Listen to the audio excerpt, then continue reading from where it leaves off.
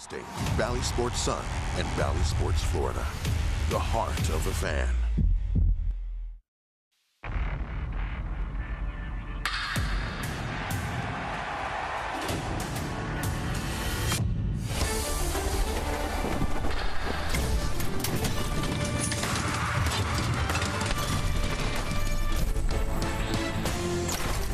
We've got a day full of baseball here in South Florida inside Lone Depot Park. Marlins baseball is brought to you by Leon. When it counts, count on Leon. Leon Medical Centers, medical excellence. First game of a doubleheader. The Marlins and the Rangers, a make-up date from the original schedule.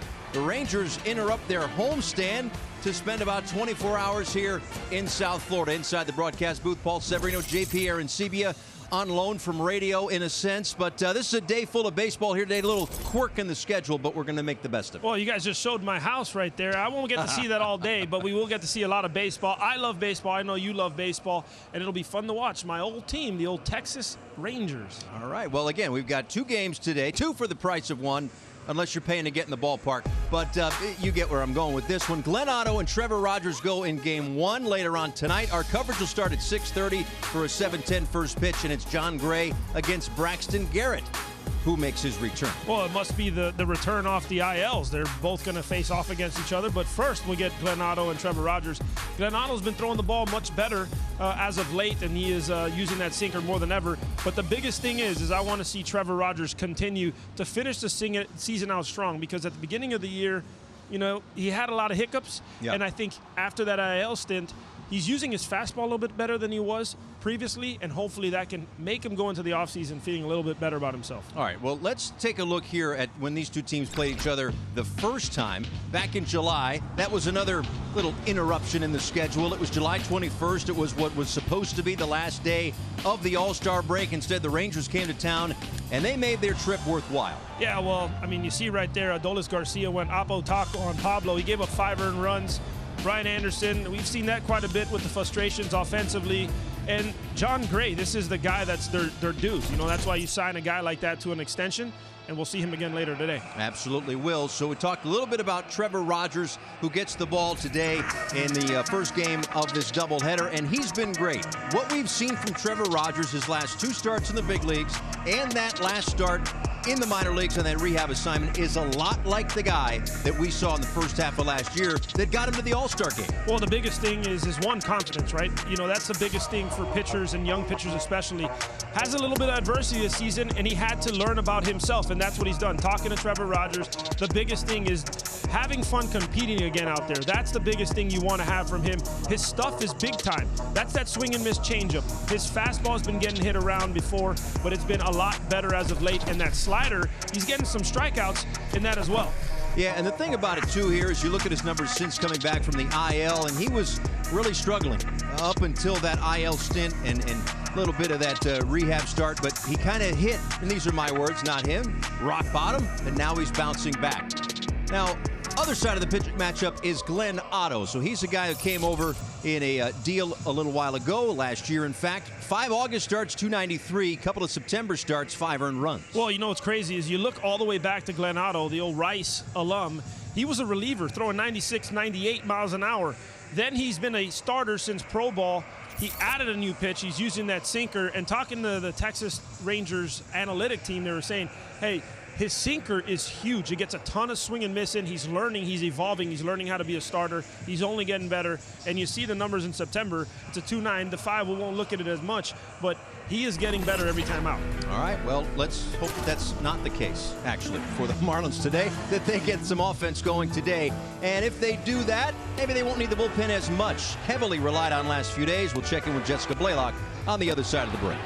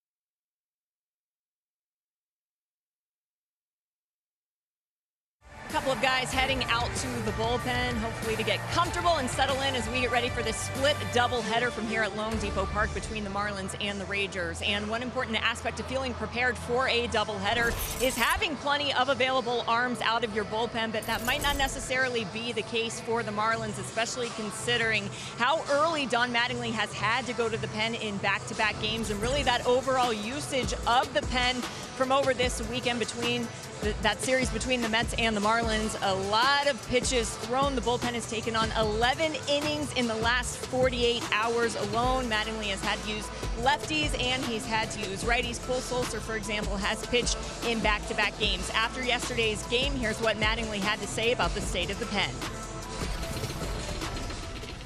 Yeah, I think it's something they'll probably have to talk about here in a minute. You know, had a game like this last night, used a lot of our guys, a lot today again, 2 tomorrow. You got to cover 18 innings. So, yeah, it'd be something we'll have to talk about. Now, luckily, the Marlins have been able to call up a couple of arms. That includes Brian Hoeing serving as the 29th man for this doubleheader. Also makes it very important for Trevor Rogers, that is, to try and pitch deep into the ballgame in Game 1 of this doubleheader. When we return, it is first pitch in Game 1 as the Marlins and the Rangers get ready to wrap up their season series with 2 games today from here at Lone Depot Park.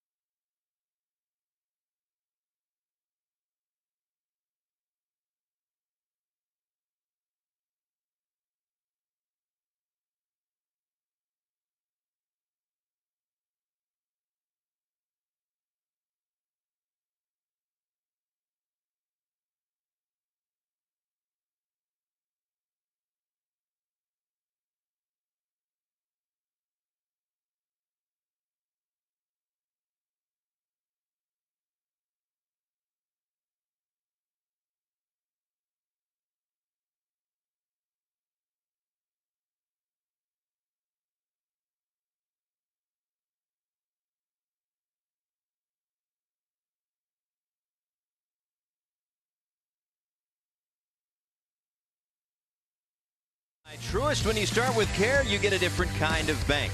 By Leon, when it counts, count on Leon. Leon Medical Centers, medical excellence. And by the Florida Lottery, since 1988, the Florida Lottery has contributed more than $42 billion to education. Monday afternoon here in South Florida, and a lot of baseball on tap. 2 9-inning games, a day-night doubleheader inside Lone Depot Park, as Trevor Rogers leads the guys out to take on the Texas Rangers today. Rangers in town for a short amount of time. They have been traveling quite a bit. We'll get into that throughout the afternoon. But first, we reintroduce you to Trevor Rogers. His 22nd start of the season. ERA is at 5.5 right now, but his last 2, both 6 innings and back-to-back quality starts, which are his second and third quality starts of the year. The other one was back in late April. So this is a different Trevor, a much more consistent Trevor than we saw early on. Well, and the biggest thing is I love the use of the fastball, Paul. He talked about his last outing in AAA in that rehab. He told me, I was able to spot the fastball where I wanted it. Everything starts with the fastball location and using that, and off of that, that's how you can throw that changeup and you can throw that slider. The slider's been actually better for him, more of a strikeout pitch as of late, and that's something that he's had to develop. So fun to watch. Well, this is the lineup that he's going to face today, and it can be potent for sure. The Ocean Bank batting order looks like this. Marcus Semien, an offseason sign, is at second. Corey Seager, an offseason sign, is at shortstop. Nathaniel Lowe is at first. Adolis Garcia in right. Mark Mathias is the DH. Josh Young, one of their up-and-coming prospects, over at third. Sam Huff behind the plate. Josh Smith in left, and Bubba Thompson in center field. We'll take a look at the defense behind Trevor Rogers today. John Birdie in left field, J.J. Bleday in center field, and Gerard Encarnacion in right field. Across the infield, Brian Anderson at third, Miggy Rowe at short, Charles LeBlanc at second base, Lewin Diaz at first, and the Gold Glover, Jacob Stallings, behind the dish. So a dual admission doubleheader here for the Marlins and the Rangers. Rangers made some changes during the season since the last time that we saw them. No longer is Chris Woodward at the helm. No longer is John Daniels the president of baseball operations. Now you've got Tony Beasley as the manager, the interim skipper. Yeah, it's fun talking to him before the game, Paul. He is enjoying it. He says he wants to finish strong and teach these guys as much as he can to end this year. Both teams trying to finish strong as we get ready for baseball. The first of two today here at Lone Depot Park. Simeon at the plate and takes the first pitch for a strike. John Lipka behind the plate today. Chad Fairchild, the crew chief, over at first base. Nate Tomlinson, the second base umpire, and Shane Livensparger over at third. Marcus Simeon, an all-star, a Gold Glover in his career, and signed a 7-year, $175 million contract with Texas this past offseason. They spent considerable money with him and Corey Seager behind him. John Gray, who starts the nightcap tonight. But it's led to, for Texas, a 60-79 record. Pitching. Pitching is important, Paul. This is we all know the Marlins have the pitching, and offensively they've struggled. Well, the Rangers, they need pitching. Marlins pitching just got the Rangers hitting out on a changeup, one away. Well, you know that Trevor Rogers, that split change, you can see his fingers split right there. That is dirty. That is after a 95-mile-an-hour fastball that Simeon had just fouled off. So a good start for Trevor Rogers. Now Corey Seager.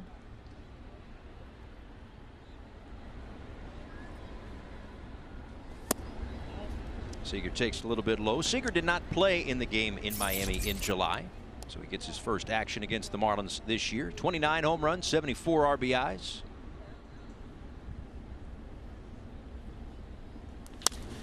And a ground ball right to Rojas. Shuffles over a couple of steps and makes the play, 2 down.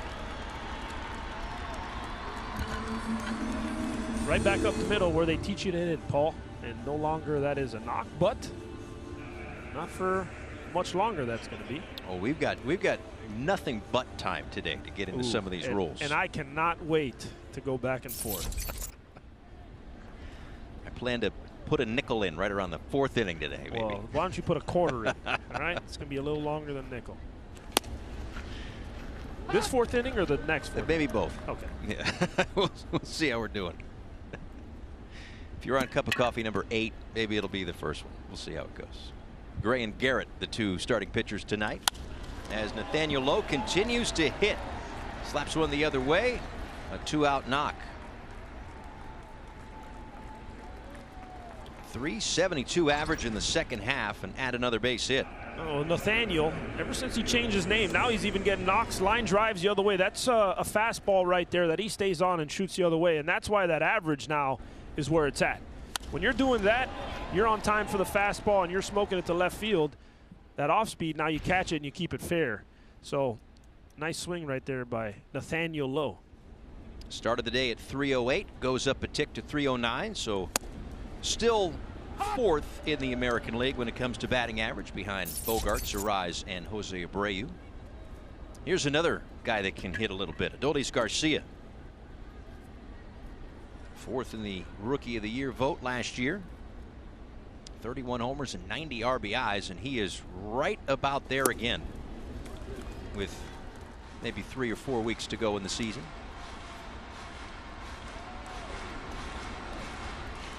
It's another good Cuban power hitter in the major leagues. Rogers ahead of him 0-2. And a bouncing ball towards second for LeBlanc. Makes the play on the shortstop side of the bag. Rogers works around the base hit, and we'll head to the bottom of the first inning. We'll check in with Mr. Multi-Homer Game, Brian Anderson, next.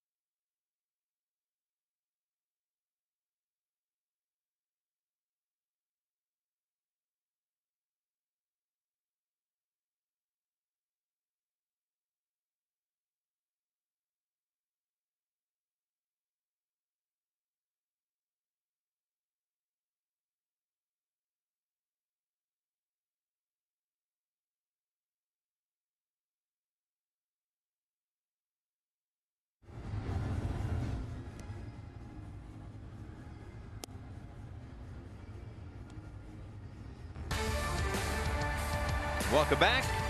Bottom of the first inning. Back here inside Lone Depot Park, we've got John Birdie leading off, and then Brian Anderson hitting second. And B.A. had himself a really good day yesterday. Was the offense for the Marlins. Well, and you love an ambush right there. That was a first pitch fastball out over the plate, and he drives that dead central right there. And that's when you're doing well. That means you're on time. Well, the next time up, he gets a fastball out over the plate, and that was a rocket. That was more impressive to me, how he hit that ball out to right field. And Brian Anderson has that kind of ability. They definitely need to have it on a daily basis. I know he'd like to provide it on a daily basis as well. John Birdie leads off the Ocean Bank batting order. Anderson and Cooper to follow. Blade, LeBlanc, Rojas, Stallings, Encarnacion, and Lewin in the first game of the doubleheader. As John Birdie lifts one foul off of first. Lowe gives it a look, but that is foul. So there is your lineup. The DH today, Garrett Cooper, with Lewin Diaz over at first base.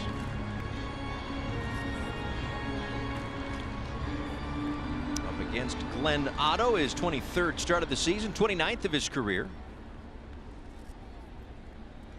Out of Spring, Texas, 5th round pick of the Yankees in 2017 out of Rice, Houston. So a lot of Texas ties.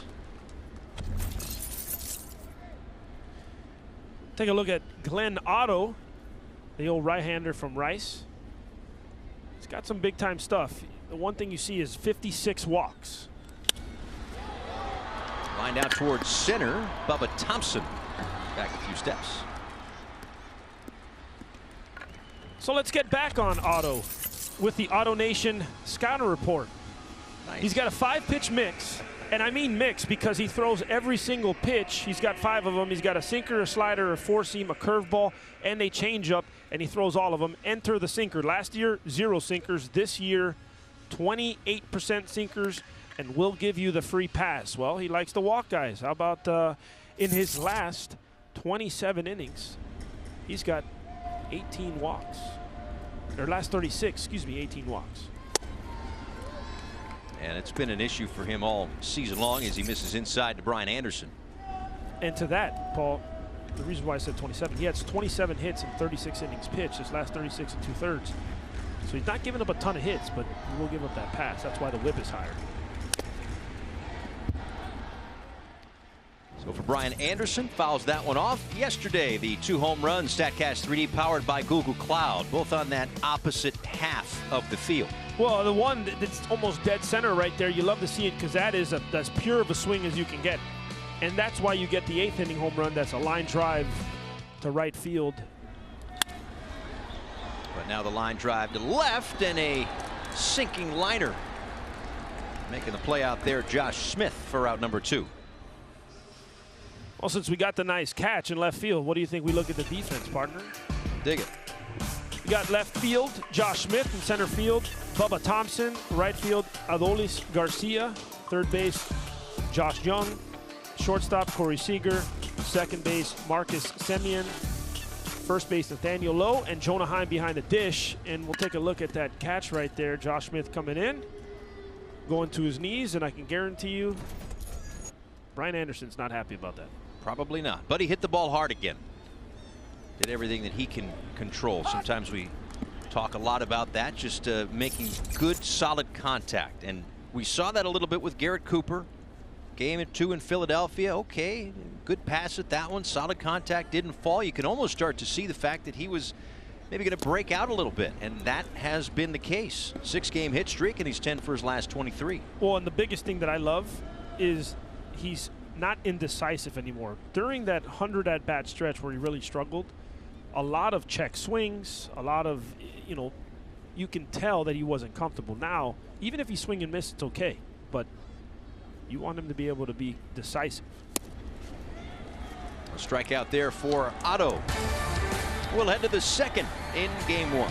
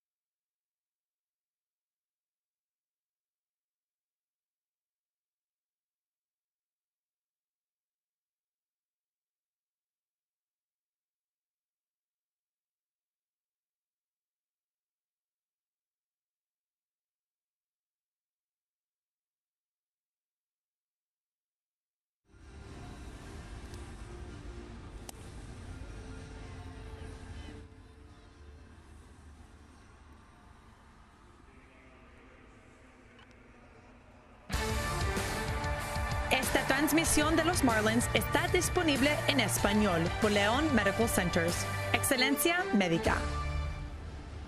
A Rangers fan in attendance as we welcome you back inside Lone Depot Park.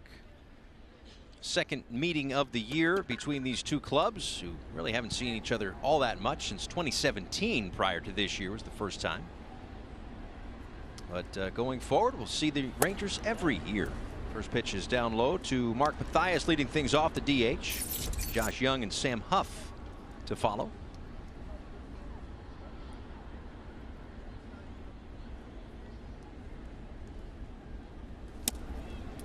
Ball outside at 95 miles an hour from Trevor. Had a strikeout in the first inning, worked around a 2-out base hit. Again, these two teams meeting as a makeup from that first week, the original schedule that was affected due to the lockout. It was going to be a 4-game series with the Braves to start the year, and then the Rangers in for 3. That's why the Marlins had that doubleheader with Atlanta in August. That's why they played the Rangers that one game out of the All-Star break. They'll play Atlanta at the end of the season, and they wrap it up against Texas today. I love, though, that you're going to get to face every team in Major League Baseball. That is such a cool addition to the new schedule. Yeah, getting to, for us at least, selfishly, go to all the different cities and see all the different ballparks. for fans, being able to welcome guys in at least every other year. Trout, Ohtani, Judge. Well, and I also think that you can measure teams a little bit more accurately against the entire league, as opposed to, you know, playing in a weak division. 96 with the fastball. How about that fastball right there? That's the biggest thing in the difference. We'll take a look right here. A little bit of the breakdown. The beginning of the season, his four-seam, the percentage was around half. You see 51.6, 318 batting average. Lately, he's been using it more, 59.1. That average is down to 227. Paul, that is a big difference. And you see last year even, they hit 222 off that fastball. This year as a total 308. So now he's starting to get where he needs to be with that fastball. That one's down and in. So, you know, we've talked about it throughout the year. The effectiveness of pitches based on pitch value, a StatCast metric. So last year, -15, that's a good number. You want to be below 0. He was tied for the 19th best on the fastball. Now, among one of the worst at +11 with the fastball. Fire me up right now with this pitch value. I've had a couple coffees. You know I love this pitch value. Okay, so you look at this, +11, right? Now, what suffers? When his fastball's not as good, his off-speed suffers. And that's where he's been getting hit a little bit more this season. When you look at the changeup numbers, Paul, this year they're hitting 256 against his changeup. Last year, 199.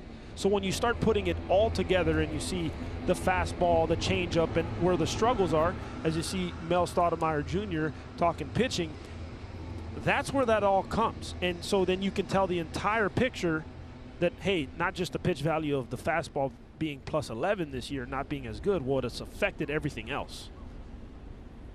After all these years, over 150 years of Major League Baseball, the fastball is still the most important pitch on both sides. On both sides of the ball, it's the most important pitch. 100%. You look at the best fastball hitting team, it's the Dodgers. The Dodgers, they rake, they crush fastballs. And if you look at teams in general, I just did this the other day when we were playing the Phillies, and I'll let you guys use it when I'm gone during this week back on the radio. But Alec Bohm, last year, $190 versus the fastball. This year, over 300. It makes everything else better, like the changeup. He got Young to chase. Back-to-back Ks and 3 so far for Trevor. And like you said, Paul, spot on. It makes everything else better. When he's throwing that fastball with that good velocity, that's why you get this swing and miss right here. You see the depth, you see the 87 miles an hour going away from the right-handed hitter Young. The other thing, too, look at that velo, 87. When he's throwing that changeup harder, it actually is better for him. There's Sam Huff, catcher today for Texas. Takes the ball outside. Huff just yesterday, in fact, celebrated the 2-year anniversary of his Major League debut. 21 homers, 50 RBIs in AAA this year.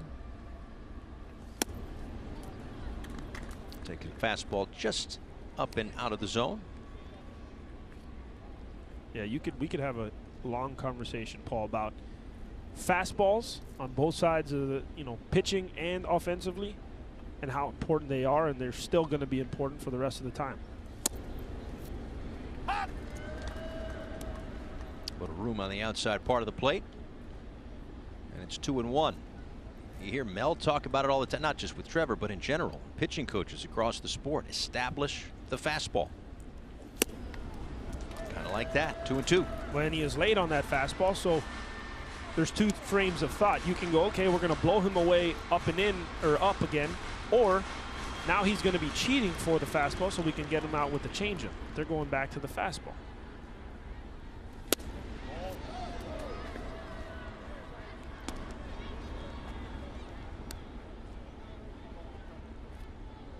Well, not even 30 pitches in, so a small sample size. But what's been good so far for Trevor is that the misses have been close. They're not what we refer to sometimes as non-competitive pitches. Well, and that's you have to first off be aggressive in the zone and throw strikes. We saw yesterday Luzardo, right?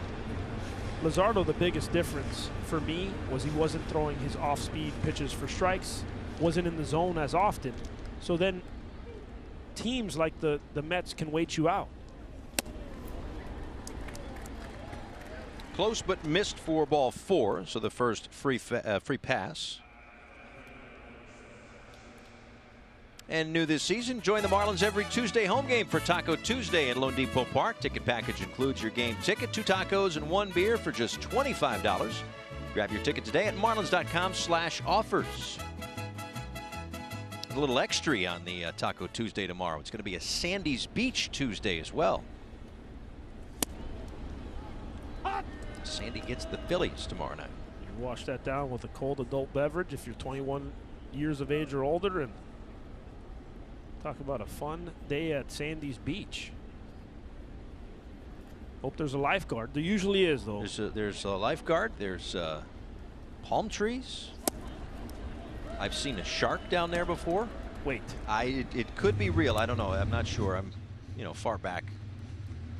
But just be careful. Well, the seats are blue. Sharks do like to be in the blue water, so. 0-2 to Josh Smith. And that was the changeup. So a no contact inning, 3 strikeouts and a walk.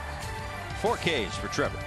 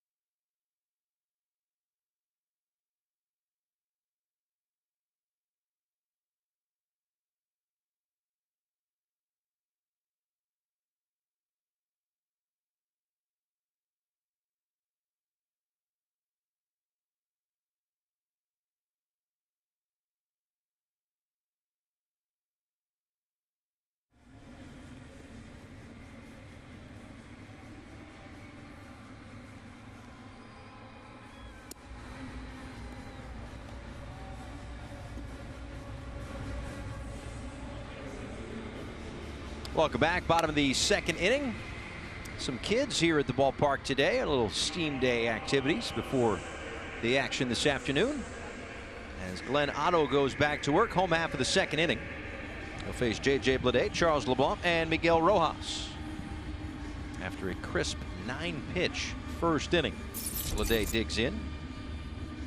J.J. 0 for 7, 3 strikeouts against the Mets over the weekend.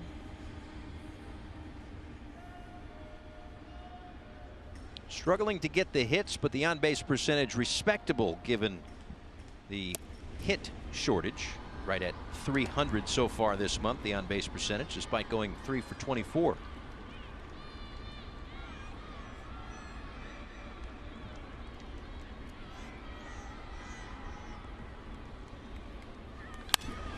Ground ball to the right side. Semien makes the play, 1 away. That's where the Rangers section is. Bally Sports Florida is your home for the Miami Marlins. Stream Miami baseball live on the Bally Sports app, presented by Miller Lite. He is got that whole section to himself, Paul. Yeah. That's why he can stretch out there and stretch it out, keep really it nice. Set the vibes out there. Yeah. He doesn't want to wrinkle anything. That's good. I like it. No. LeBlanc went around for strike 1. Charles at second base again this afternoon. 2 for 8, had a home run, but 5 strikeouts against the Mets. Marlins lost 2 of 3 against New York over the weekend.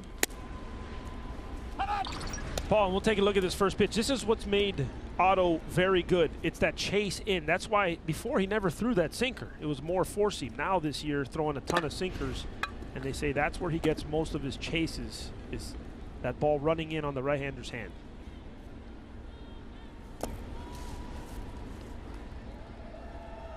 And another example of how one pitch or pitch type or area of the plate, if you attack, opens up the opposite side.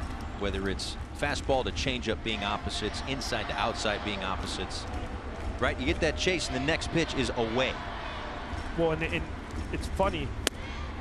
They talk about, when I was talking to the analytical team for the Rangers, they say that they play well together. They overlay well together. And what that means is exactly what you're saying.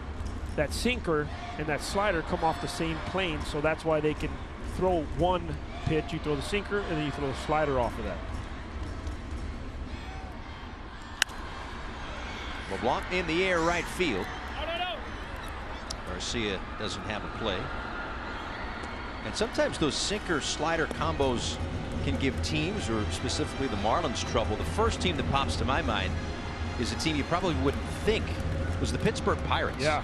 They had a bunch of guys that were sinker slider, and the Marlins had a tough time scoring runs. Yeah, they were, I mean, remember, they were setting their, every pitcher I felt like was like career high in start of innings, 7 innings pitched.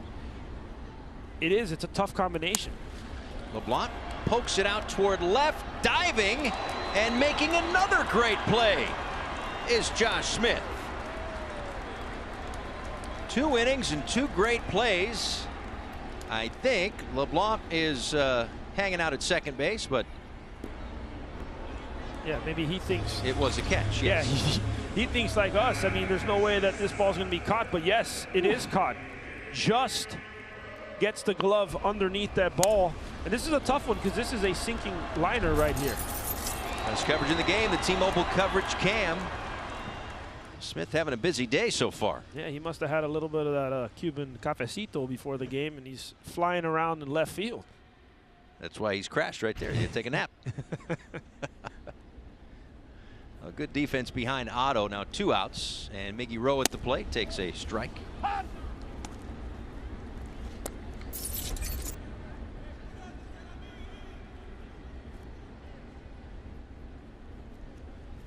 Yeah, sinkers are sinker slider combination can give teams some fits.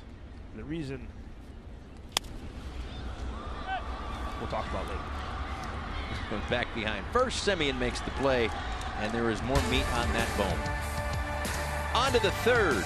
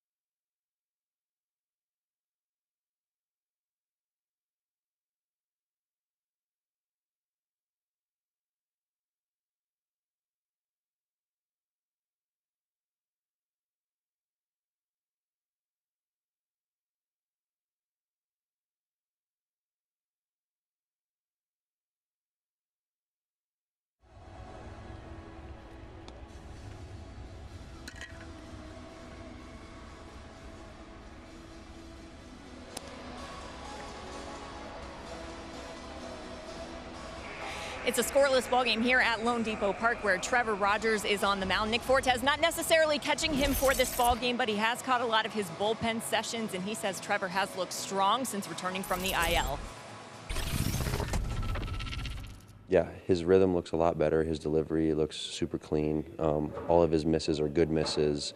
Yeah, so the ball's just coming out of his hand really nice. He's in the zone a lot. His slider looks so much better. He's been working on it a ton, so that's a lot more consistent as well. Yeah, everything just looks super clean, and he looks comfortable right now. And Paul, JP, you guys talked about it. Conviction in the fastball. That has been a difference maker for Trevor. Fly ball right field.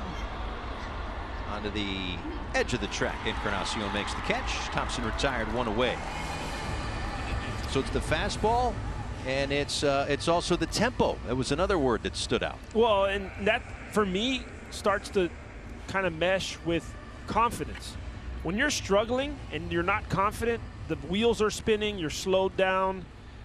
When you're confident, you're grabbing the ball, hey, let's go, let's compete. And that's the biggest thing that Trevor Rogers needed to get back to, was competing. Now facing Simeon, who takes a strike. Simeon, a strikeout victim back in the first. First trip through the order for Trevor, 4 Ks.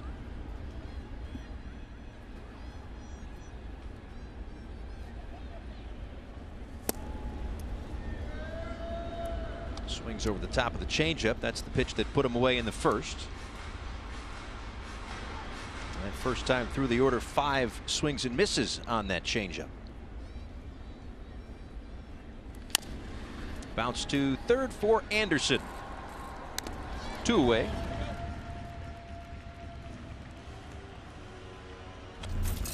Time for our youth player of the game, Michael, 14 years old, playing center field for the Cooper City All-Stars in the Marlins RBI League. Favorite thing about baseball, getting better, being part of a team. Likes track, fishing, lacrosse, reading. Favorite player, Miguel Rojas. And keeping his options open.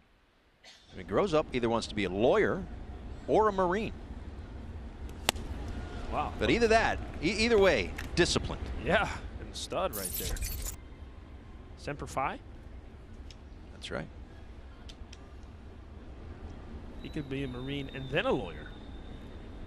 Also true.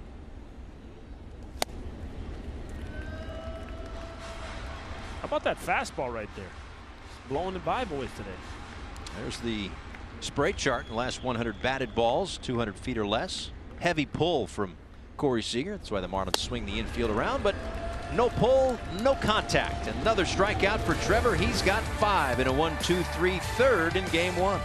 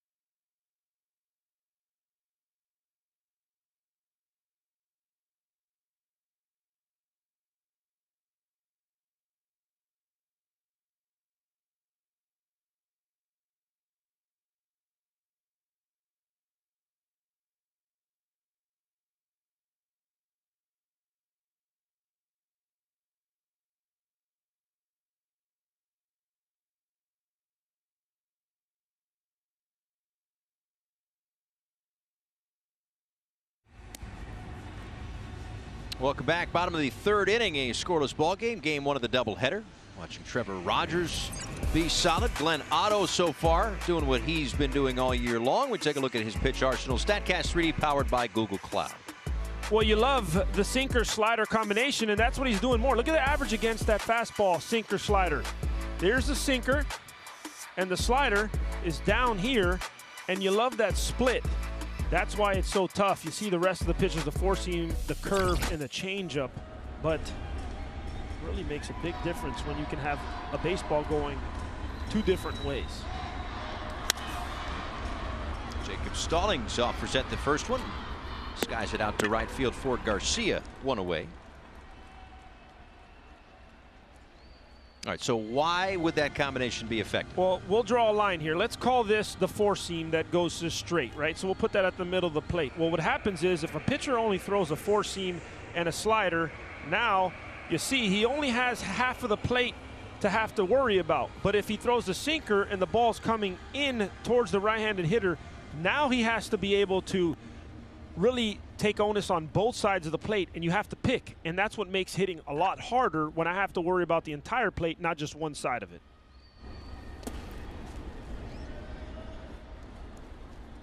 Make sense? It does. It does. You're a Tennessee guy. It looked like you were drawing the Arizona State logo there for a second. Oh, the Sun Devil? Yeah. But no, that makes total sense, and that's, again, when we talk about for any pitcher, or starting pitcher specifically, of course, is going through lineups multiple times. It's usually the guys who have the most success, for the most part, are the ones that have the deeper arsenals, because you have multiple ways to get guys out. Guys that have 2 pitches are usually relievers. Guys that have 3 pitches can sometimes struggle. 100%. And the thing is when you start moving the ball on both sides of the plate, that's when it makes hitting a lot tougher. Because if I can hang out on the outside, if he's a four-seam slider guy, that means that as a right-handed hitter, I can hang out over the plate because I'm not worried about this part. I'm not worried about this part right here if I'm worried about just the fastball and the slider away. But when he has that sinker coming in, it makes it a lot tougher. Takes a look at a fastball on 3-0. Which, by the way, I'm going to start giving the 3-0 swing from the press box. I don't know if I can, but I wish you can do anything you want. Whether or not they listen is a whole other ball of wax. Just so you're aware. Oh, okay. Yeah. Yeah, because 3-0 has become now the only pretty much fastball count in baseball. Whoa. Up and in for ball 4, and now word from Mattress Firm. Mattress Firm's Season of Dreams sweepstakes could take you to the World Series. Go to MLB.com/Season of Dreams to view official rules and to enter the Season of Dreams sweepstakes today. Marlins have their first base runner, a 1-out walk to Encarnacion.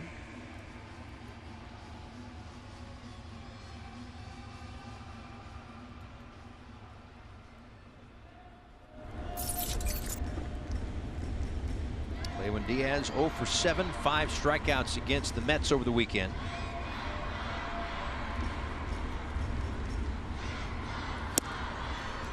Takes a strike right there. And that's the other part of the fastball for hitters. And you know, Donnie's talked about it, is he'd love to see them more aggressive on fastball counts and stuff like that. Oh, right there, that's a center cut fastball.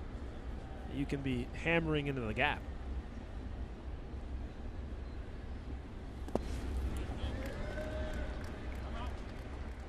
Now, let me see here. None of the guys in the Marlins order today have seen Otto. So against, let's say, Aaron Nola, Jacob deGrom, a guy that the Marlins see a lot, not necessarily the quality of those guys, but guys they see a lot. Is it easier to go to the plate and swing at the first pitch when you've seen a guy a bunch, as opposed to a guy like Otto, where maybe you're just trying to get release point, whatever? Well, here's my answer to that. How many times have you seen veteran guys or superstar hitters or any see a guy for the first time and take a hack at the first pitch fastball? Quite a bit. Okay. And so my point is that regardless, you do your work, you see what he has, but he threw a 0-0 fastball right down the middle. What did he throw the next pitch? A breaking ball. So I'd rather take my chances on a 0-0 fastball that I can hit as opposed to his other stuff. Because now he just fouled off that fastball. Where let's say he fouls off the 0-0 fastball, he's got a little bit more of a gauge, a better gauge. So some guys do like to see what his release point looks like and stuff like that. My biggest thing is I like guys to be aggressive. The best are aggressive and not passive. 1-2 pitch is bounced to first. Lowe's got it, goes to second for one, on to first. Safe. Goes as a 3-6 fielder's choice, and Lewin replaces Encarnacion.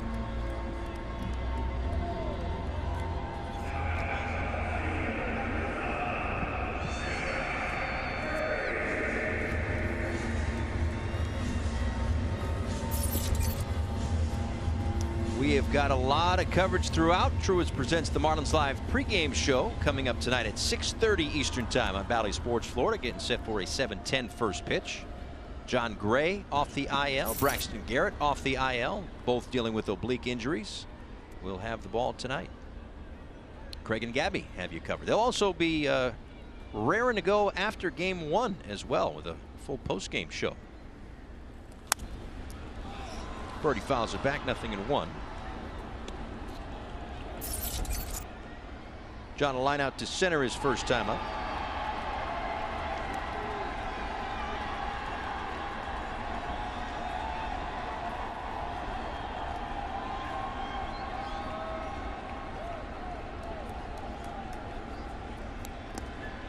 Talking about first pitches a moment ago, the Marlins actually the third highest first pitch swing rate in the National League. And on the first pitch, Marlins are hitting 343. Now that sounds like a good number. It's actually in the bottom half. Birdie sends one out toward the right field corner. Adolis Garcia has room in foul territory to make the catch. Cubs lead the way, by the way, 372. Fourth inning coming up.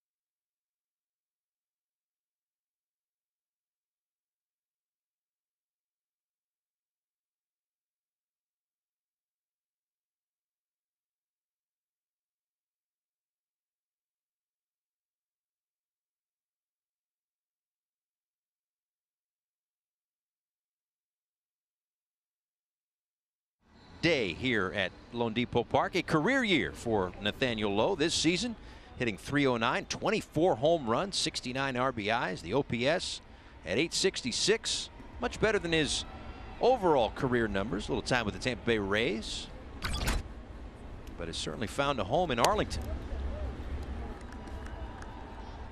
Well, he's always had the power, and biggest thing I think, Paul, is you have somebody who they say, hey, you're a first baseman and just go. And you know this, being around guys, talking to guys, when they know that their name is penciled in the lineup every single day, he doesn't have to worry about the shuttle between Tampa and Durham and all this stuff. Big difference. And that's what you're seeing with a guy like a Nathaniel Lowe, like a guy like Rowdy Tellez. I mean, that's a big difference. A 13th round pick of the Rays back in 2016 out of Mississippi State. Base hit his first time up. Waits on a 1-2.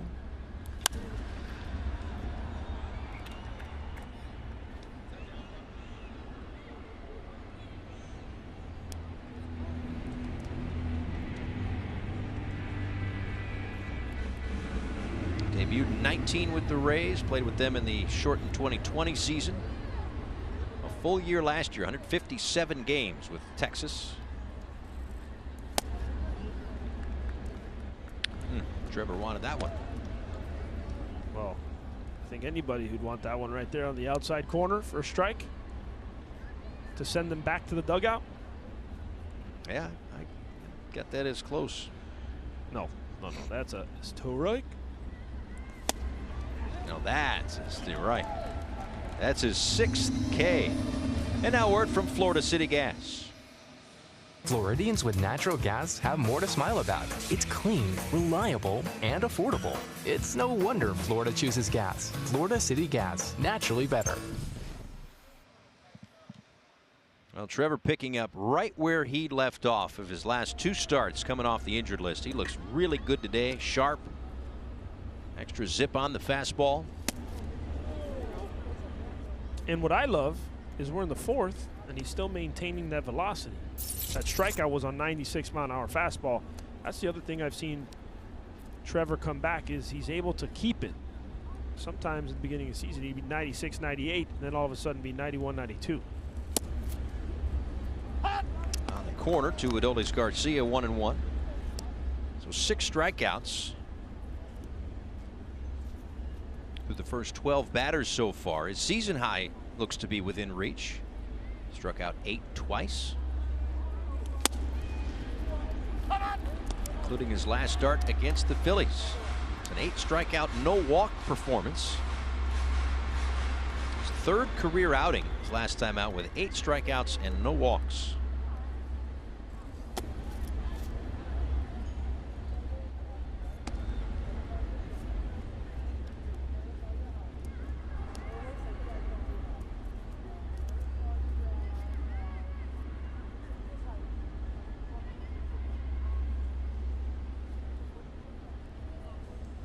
Two.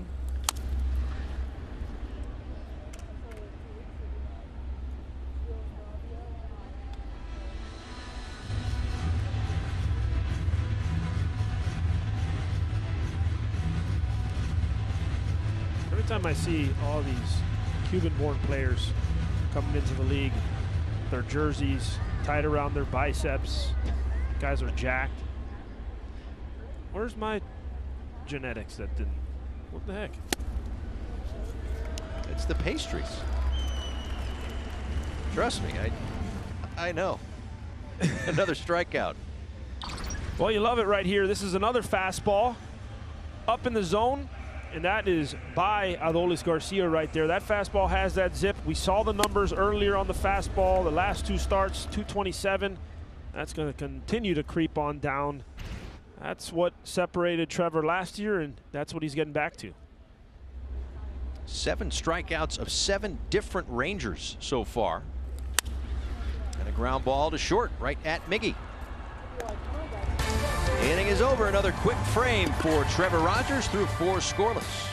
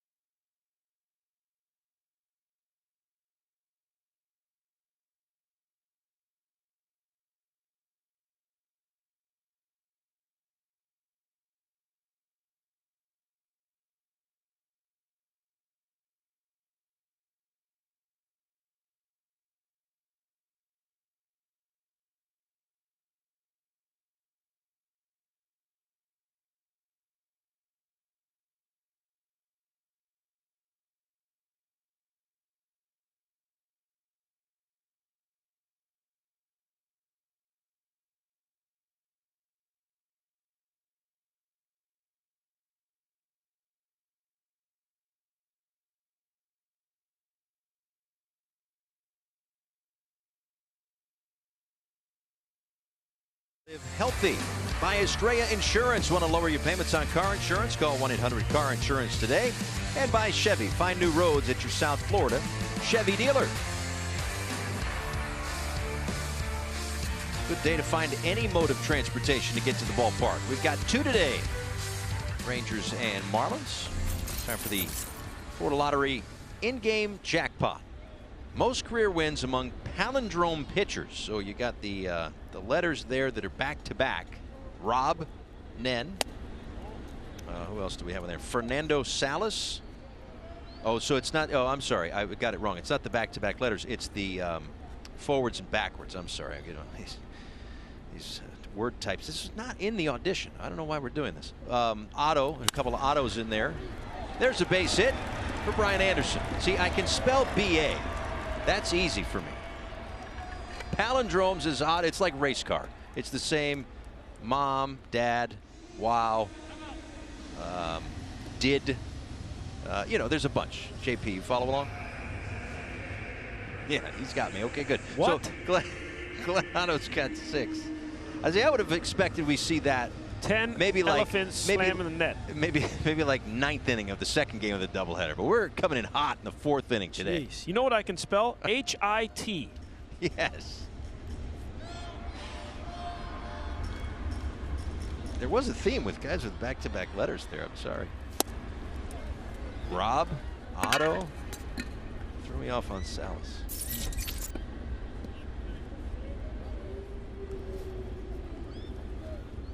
Cooper would have the back-to-back letters. It's not the category we're looking for today. Then he'd be Garrett has 2 T's, not the category. 0-2. You're a magician with words, Paul.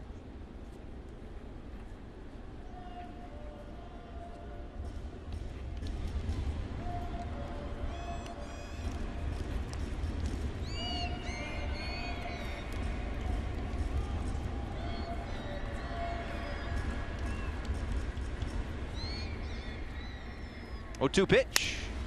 Garrett Cooper, fly ball out toward left. An easy play for Smith, and there's one away. Bring the whole family out to Lone Depot Park every Wednesday home game with the 4 for $44 ticket offer. For just $44, you'll get 4 game tickets, 4 hot dogs, 4 sodas or waters, and 2 small popcorns. Purchase at marlins.com/offers. Good. That sounds so amazing, by the way. Yes, it does. I might do 4 for $44, but 4 just for myself. For myself.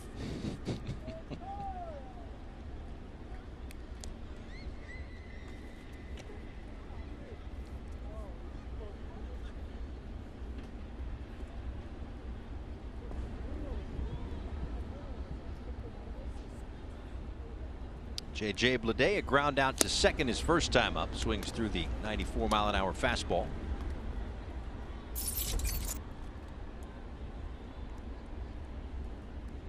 So you've been doing a lot of radio, right? But you've watched a lot of J.J. Bleday's at-bats. Where are you with where he's at right now? Well, I love his at-bats. And the one thing you can't teach is awareness of the strike zone. That is not an easy thing. And he has such a good awareness. He has early takes. He walks. He does everything you want in a good or a great hitter to do. Now, when he has his chances to get his pitches to hit, like right there, that's a perfect example. That is just up, and it's an easy take for him. Or just in, he'll have an easy take. But now when he gets his pitch to hit, he has to be able to make the pitcher pay. And I think that's been the biggest struggle for him, is he's been fouling off good pitches to hit. He's making adjustments. His hands are a little different. Little by little, I think that he will get to where he wants to be. Another good take. And so that is a sign of a good hitter. Getting in the good counts, swinging at strikes. But his just misses have been better. He's had a couple good at-bats. He's squared up some fastballs. And that's where he'll really take off. I truly believe it.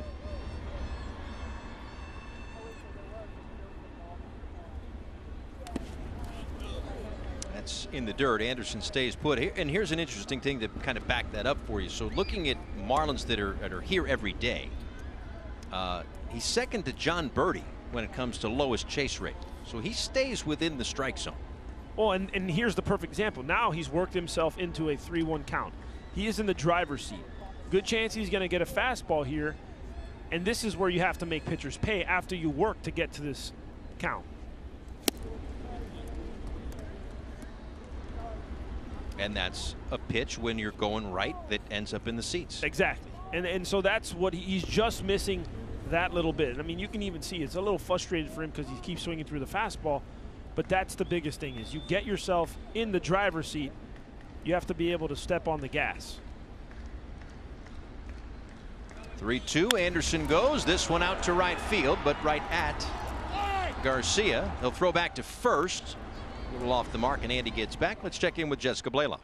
Hey, Paul, for Glenn Otto, not just a name, that's a palindrome, but pitching for Texas is really the ultimate definition of a journey coming full circle. Like you mentioned, he was born and raised in Spring, Texas, played high school baseball in the greater Houston area, and played college baseball for Rice also in Houston. After originally being drafted by the Yankees, he was acquired by the Rangers in 2021 and said playing pro ball in his home state really is a dream come true. Always cool when a player gets that opportunity. Absolutely. Same high school in Texas as Key Brian Hayes, who we know from the Pittsburgh Pirates.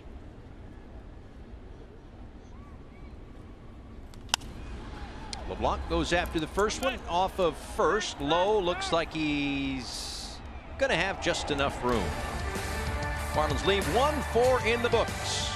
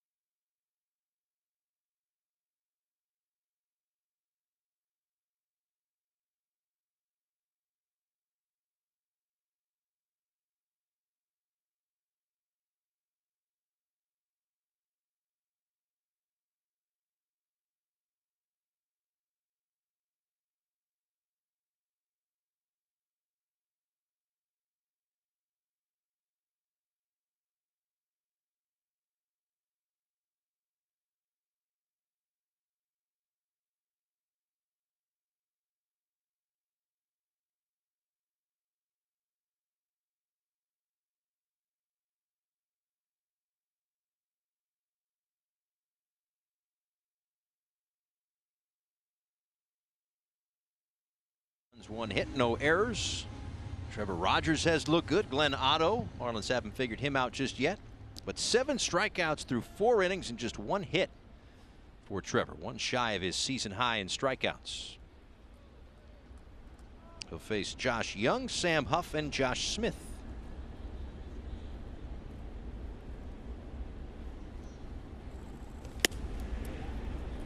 Young called up just a couple of days ago, one of the top prospects in all of minor league baseball, number 39 overall, according to MLB Pipeline. He's got 1 BG on. That's going back old school right there. Yeah, and Josh Smith has none.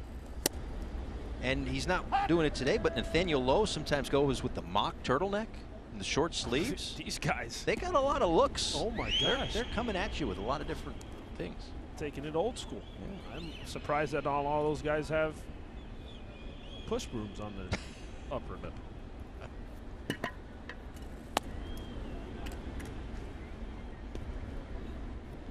I I as a kid used to use the one batting glove. Yeah. And I just don't know why. Eventually I gravitated to two. But I used to you watch like old school guys, they used to always wear one batting glove. They used to be like golf gloves, as I believe that's how that started. Yeah. One glove, two gloves, doesn't matter there. Big cut and a miss. Hawk Harrelson, I'm pretty sure. I'm kind of making this up right now, but I'm sure I could probably find it if I had time to look it up on the internet. I think he was the first one that started, and he used a golf glove as a batting glove. And I was like, wait a second, I'm getting a grip here. This works. Wow. So then he was using it, yeah. It's pretty cool. Yeah. Now I'll go on the internet and see if I can. Yeah, check that out. Did he have a ball marker also on that? Yeah, he probably did, yeah. 3 times in 1971 he actually went out to home plate with his putter. It's not confirmed.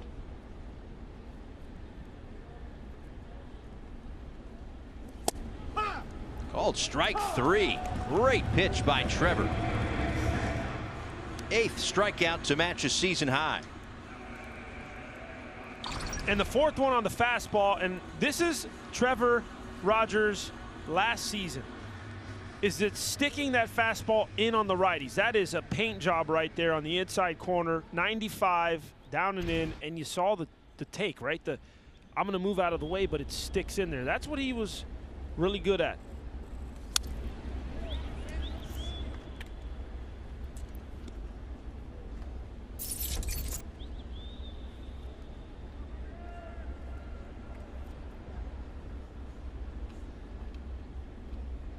Gone down the I'll be back in a moment. Whole rabbit hole. We'll be right back. Looking for the Hawk Harrelson. Yeah.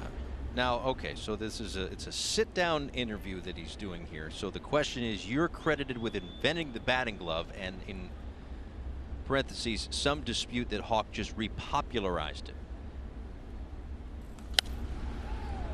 So he says, yeah, went out to play one day, and I played 27.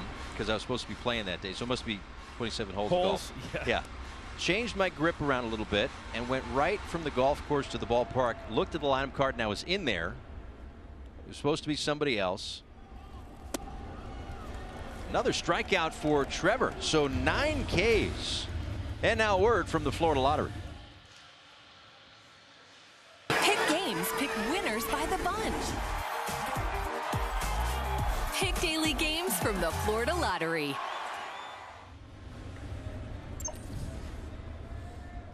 So he says they made a change. It happened to be Whitey Ford who was going to pitch that day. He said, I went out, took batting practice, had a blister from changing my grip on the golf course, and remembered that I have my golf glove in my jeans. Put it in and used it. How about that? Hey, I mean, this is just an absolute clinic right now by Trevor Rogers. He's about to strike out the side. Oh, I thought he was going to do it on that changeup. I hope he goes right back to it. Missed with it. He struck him He struck him out at the first at bat on the changeup. Go right back to it and put him away. 1-2. Tried the slider. Also, Josh Smith is probably the only Major League Baseball player wearing his actual wedding ring while hitting. Maybe he was playing golf and had it in his jeans like Hawk Harrelson. 3-2. 9 strikeouts for Rogers. His career high is 10. He's done that 3 times. Gold or copper? I don't know.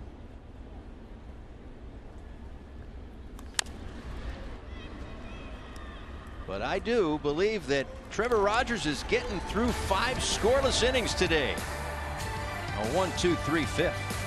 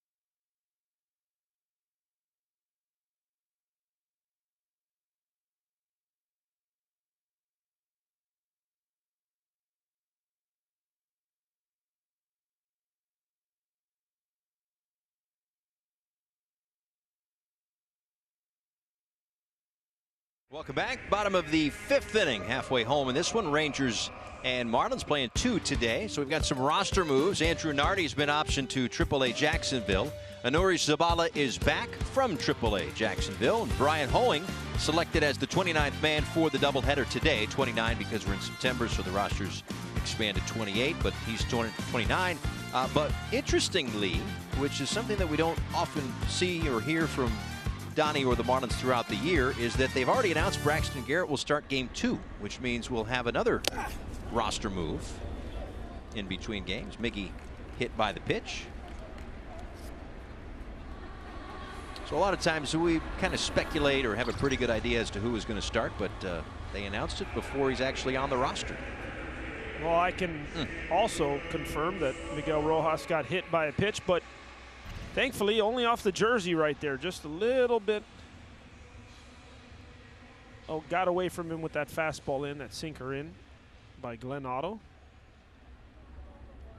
I know that his wrist is banged up and that he may need surgery after the season. Who knows what's going to happen, but Miggy you're referring to. Yes, Miggy. Yeah. His swing has been really good as of late too. He's been squaring up some. He just hit his hardest baseball of the season, so maybe just leave it.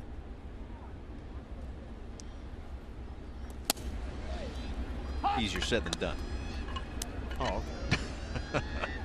He did say when when he swings it hurts, when he throws it's okay, but when he dives and he has to pick himself up, push himself up with that, that's when it really gets him.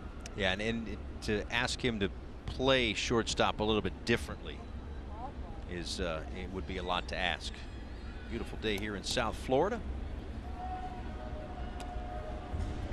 It is gorgeous. Yeah, absolutely. We'll get to see it. We almost saw the sun come up, and we'll get to see the sun go down today, all from the same view. Well, I'll be honest. I don't know about you, but I haven't paid great attention to the Rangers throughout the year, knowing that we really only see them for about 2 days. So I almost saw the sunrise coming up, getting ready for this. Well, that's Is that a humble brag? No, because I actually stayed up all night looking at film and watching these guys in and out. Yeah. The first baseman the first base coach Josh Johnson. That's my buddy. That's your guy. That's my dude. So that was 15 minutes this morning of talking about just chit chat. Yeah. Bobby Wilson, my former teammate.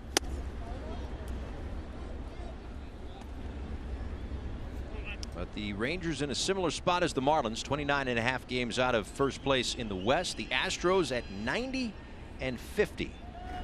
Astros having another great season. Marlins actually took 2 out of 3 from Houston in Houston. As the Astros, the first American League team to get to 90 wins, did that yesterday. So if they go 10 and 12. Oh, that's off Rojas, trickles up the right field line. I think he'll get to second base. Hit by the pitch to get to first, hit in the shoulder to get to second. So a painful trip around the bases so far for Rojas, who's in a pretty good deal of pain right now. Yeah, right off the trap right there. That can't feel good. Getting back. Ooh. That was. Take a closer look. Just, we enjoy a little yowzers. Oof. Well, remember how I said it didn't hit him his first at bat, you know, that it hit the jersey, so it saved him some pain? Yeah, he made up for it. Yeah.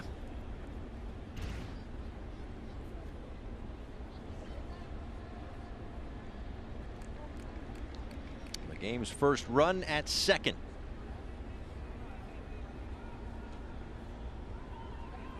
Miggy dancing, long look by Otto, finally delivers the slider low and away. And this is a perfect example of, I think, Paul, where the Marlins have kind of not been as strong is playing small ball in certain scenarios. You know, you don't have the boppers, the Avisail Garcias, you don't have the Jorge Soler in the lineup, so you need to do the little things, and this is a good opportunity to try to get to Miggy to third base with less than 2 outs. Well, that's low and away. Now a word from Florida City Gas. Floridians with natural gas have more to smile about. It's clean, reliable, and affordable. It's no wonder Florida chooses gas. Florida City Gas, naturally better. You talk about boppers. So these two teams, again, similar spot when it comes to the standings, but they have two opposite issues, right? The Rangers, more the pitching woes. Marlins have had some issues on the offensive side of things. And to that end, Texas, their top 4 in the lineup today. The 4 human beings that are in the lineup today. Semien, Seager, Lowe, and Garcia combined for 98 home runs. There's your 20 home run club in the order in which they have hit the most, but in the batting order it goes Semien, Seager, Lowe, Garcia. So those guys have combined for 98 home runs this year. Marlins as a team have hit 123. Yeah, and the team leader as of right now just took the lead, and the leader in the clubhouse, Garrett Cooper, with 8. Yeah. And Brian Anderson is on his heels. And Fortes is also. Fortes not far behind, yeah. Well, just 1, so not too far.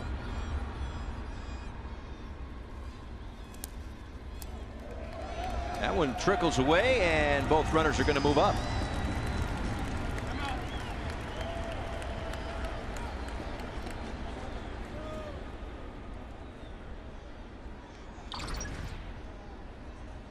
Well, this is a good dirt ball read right here by Miggy Rowe. Makes a quick decision. And you see Encarnacion telling the boys, go, go, go, go, go. And Sam Huff trying to look for it. Wild pitch. Guys move over. And now we have a chance to score a run. Or 2.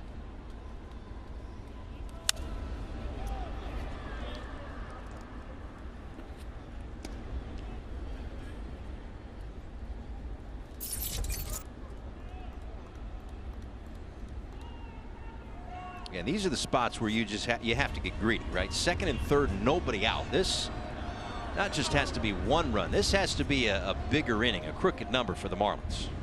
Well, and this is the only thing that kind of gets me a little fired up is 1-0, fastball, middle in. That's where I think the guys really need to be dialed in. Is not missing that pitch. And that's what the great teams do, the good hitters. 1-0, you get a runner on third base, less than 2 outs. You're looking to drive the ball anyways. You got to put that ball in the play with authority somewhere out there.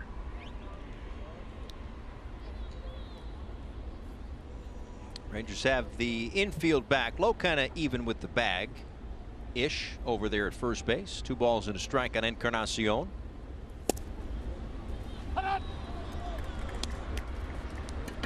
Strike at the bottom of the zone to even things up. And I know it's easier said than done, Paul, because when you're in the box, the game speeds up. You got a lot of things going through your head.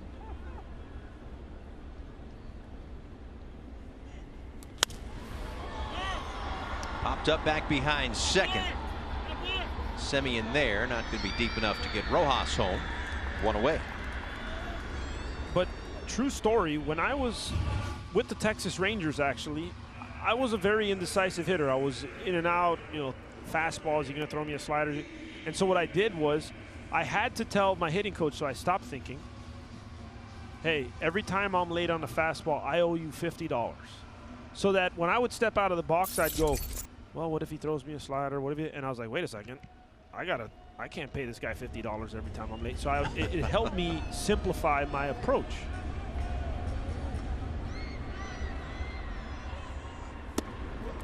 What did it cost you at the end of the day? No, it really, I actually ended up being really good. And I led that team in home runs and RBIs the second half. And a lot of it was just because in my mind I just said, you know what, I'm going to get after it.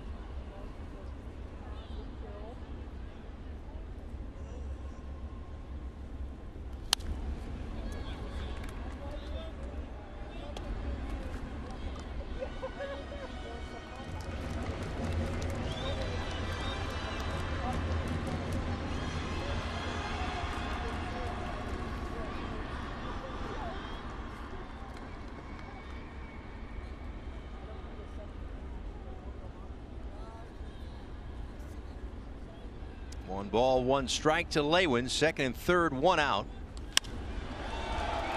That's hit pretty well out toward left center. Thompson and Smith collide. A run scores. Moving up 90 feet is Stallings. A sac fly for Lewin Diaz, and the Marlins take a 1-0 lead. That's a job well done right there, Lewin Diaz. You get a lot of high fives in the dugout. Drive the ball to left center field. And how about Jacob Stallings tagging up and getting to third base? Must have had a good night's of rest. Good night rest yesterday. He is ready to rock. Put on the wheels, tagging up right there. Well, fortunately, that collision in left center wasn't worse. Thompson and Smith with the communication out there. Now John Birdie.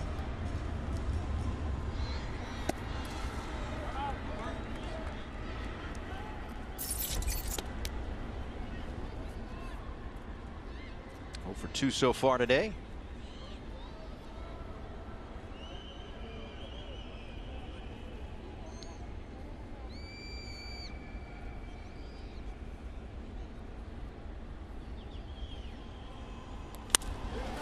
Line to left, and that's going to drop in for a base hit. John Birdie with the RBI single. Stallings scores. Marlins take a 2-0 lead. Love to see a 2-out knock right there by John Birdie too. And you said it, you would want to have not just one, you want to have a crooked number in this inning. John Birdie picking up the Marlins right there. A little hanging slider, little curveball, slurve-ish right there. John Birdie does a good job of smoking that to left field right there, getting that 2-out RBI.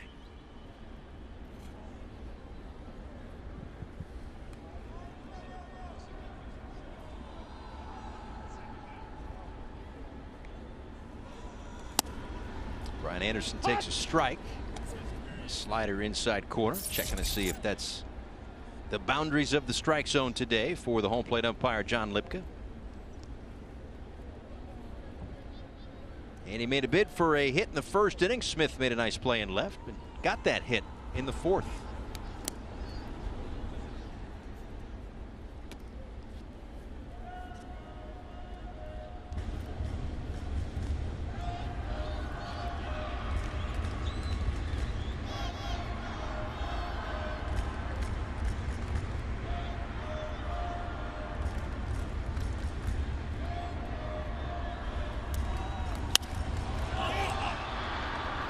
Into center for Thompson.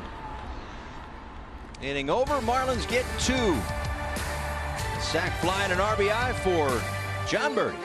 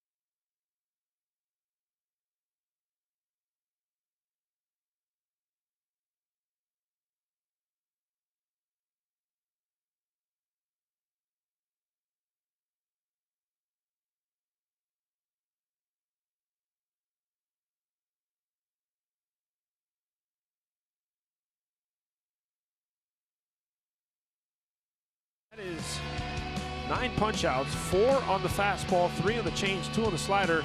But that fastball up in the zone, that is the one thing. He got that 1 strikeout in, but fastball up, and everything plays off of that.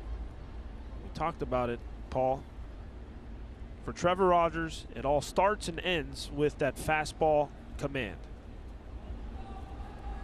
And one thing that he did well last year that's been lacking a little bit more this year has been the chase. The chase rate has gone down this year compared to last year. That's why some of the strikeouts have gone down overall. But you saw some of those pitches on the strikeouts. They were not strikes at the end of the day, which means maybe there's a little bit more deception in there. Maybe the added velocity helps. But whatever it is, this is the Trevor that we saw for April and May when he was Rookie of the Month last year, the first half when he was an All-Star. Well, you can, say that I'm using this a little too much possibly, but again, the fastball today, using it 60% of the time, it's 70% strikes. So when you can really pound the zone with that heater. That one stayed fair. Anderson off balance throw, and a strong one to get Thompson at first. That was a beautiful play right there by Brian Anderson.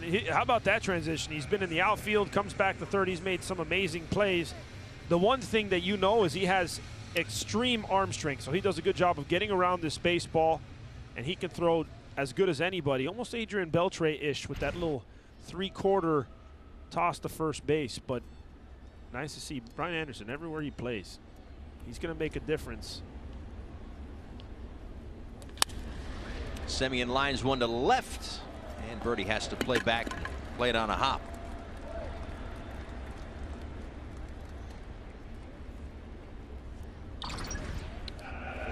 So this is the Thompson ground out. Starts foul. so it didn't stay fair as much as it got fair. Yeah, it came back, and the reason why is because he was inside that baseball, so he hit it, and he had that spin that would bring the ball back. Bounce back in the fair. Usually you don't see that happen very often.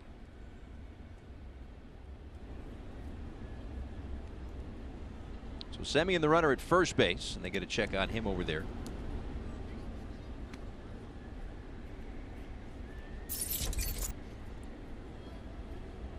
It's Corey Seager, an 0-for-2 day thus far. Waits on the pitch from Trevor. A ground out and a strikeout so far. Maybe 2 ground outs.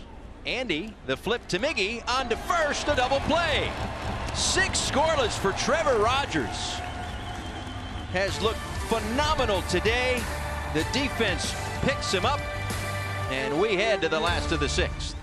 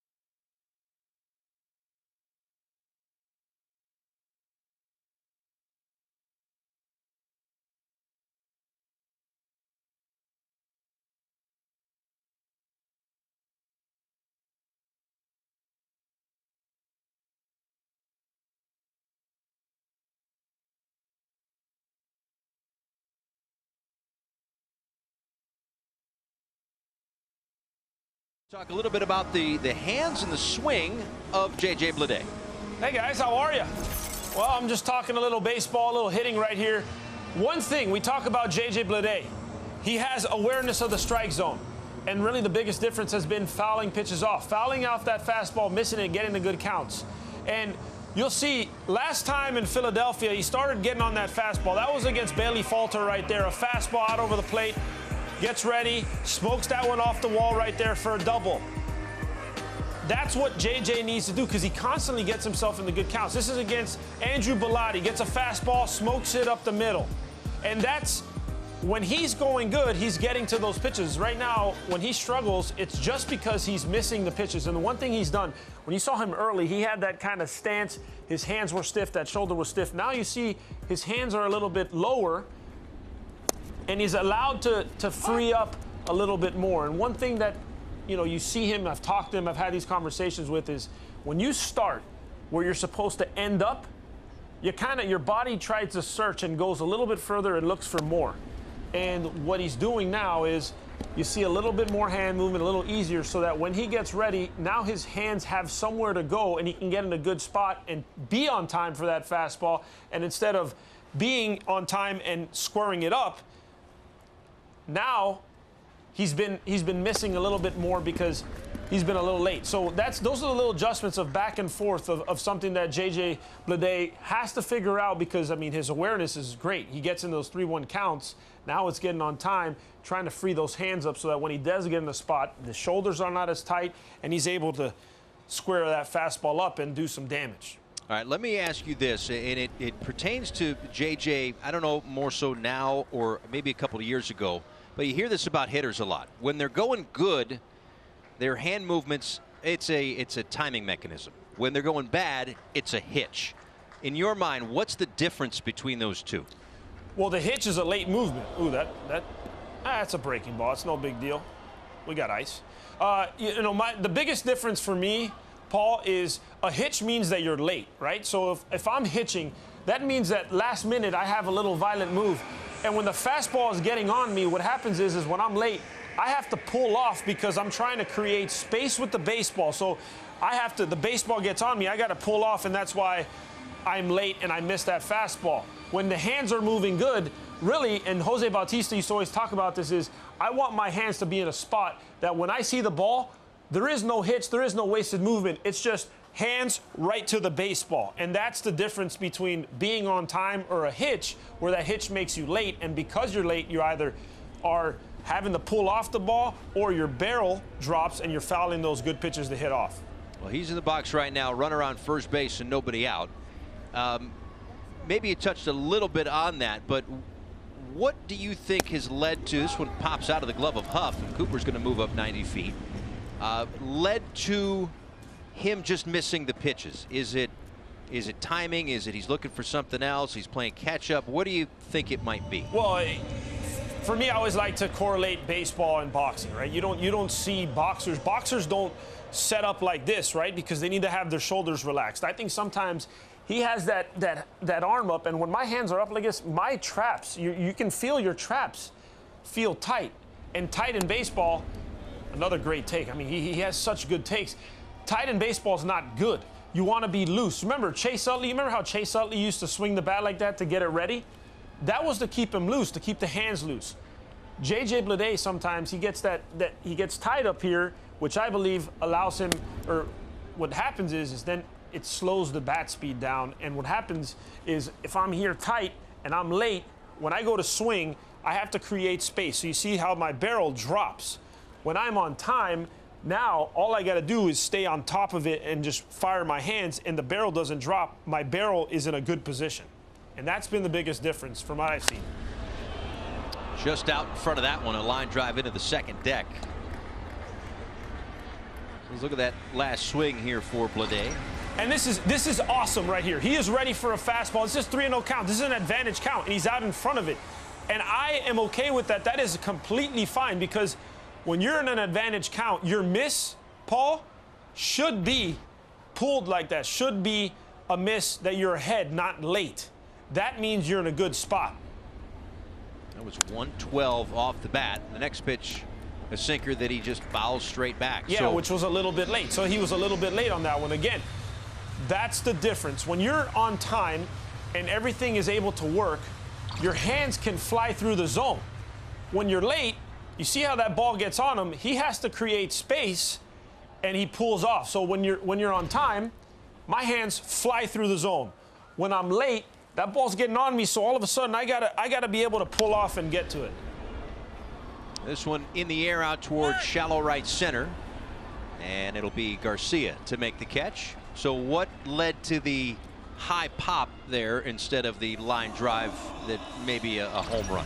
Well, this is a sinker right here. Is this a sinker or a slider? I couldn't tell. There's a slider, and he just gets underneath it just a tad. Okay, it was a sinker. That's what it looked like with that spin. So he just got underneath it a tad. And the biggest thing is and why I am seeing signs of good things with J.J. Bleday. One, he controls the zone. Two, he is just missing. He's been hitting balls to the wall. Now the difference of that between him driving the ball again or just missing, he's getting closer. So if the ball's moving forward and it's a high just missed, I like those swings better than the foul ball straight back. So for me now, the next part of that is when your work, right? So if I'm missing balls just underneath in the games and I'm just skying off, maybe in batting practice, maybe off the tee, I'm going to start trying to miss a little lower so that when I'm in the game, I can square it up. What drills might you use for that? Well, it depends. Some guys like high tee. You know, really, when I was playing, one of the things that I always had to take a big, kind of concentration I always had to look at was when I'm in batting practice, it's coming about, 55 miles an hour. I needed to make sure I was hitting head-high liners. If I was in batting practice hitting the ball out of the ballpark, yeah, it looked sexy at 5 o'clock. But at 92, 93, that's a foul ball and a pop-up. So I tried to make sure I aimed a little bit lower in batting practice so that it could help me for my game. Actually, the biggest thing, too, is they almost, when I was with Tampa, they didn't even let me hit on the field because what happens is you get so excited, fans are in there, and you're trying to launch. Well, the difference between, a 90-mile-an-hour fastball is here as opposed to a 55-mile-an-hour is a little lower, right? So in batting practice, I can square this up easy and hit balls out of the ballpark, but it's not getting my swing ready, right? I want to have my swing ready for the game. And that's the biggest difference. So there's some drills that you can do, but it all really has to do, Paul, with the concentration of where I'm hitting the ball. Sometimes you want to hit some ground balls because at 55 miles an hour, you're on top of it, but at 92, that might be the swing that you want to have. Well, it's nice to hear, right? I mean, a lot of these either have kids or work with kids that play baseball. They just want to go out there, just want to hit home runs, right? They see all these Aaron Judges of the world and Kyle Schwarbers of the world hitting home runs. It's not that easy. You just mentioned it. Tee work. Even for the best baseball players on planet Earth, they still keep it simple enough, usually on a daily basis, with tee work. Well, think about it. When you talk to a player that has been struggling and you ask them, hey, what are you doing different? What's the 9 out of 10, they say, I'm just trying to keep it simple. I'm just trying to keep it easy. I'm just trying to see the ball. Sometimes we get too much information. It's not good for us. Paralysis by analysis, they say. Well, here is Charles LeBlanc battling against Otto. Runner on second, one out here in the 6th inning.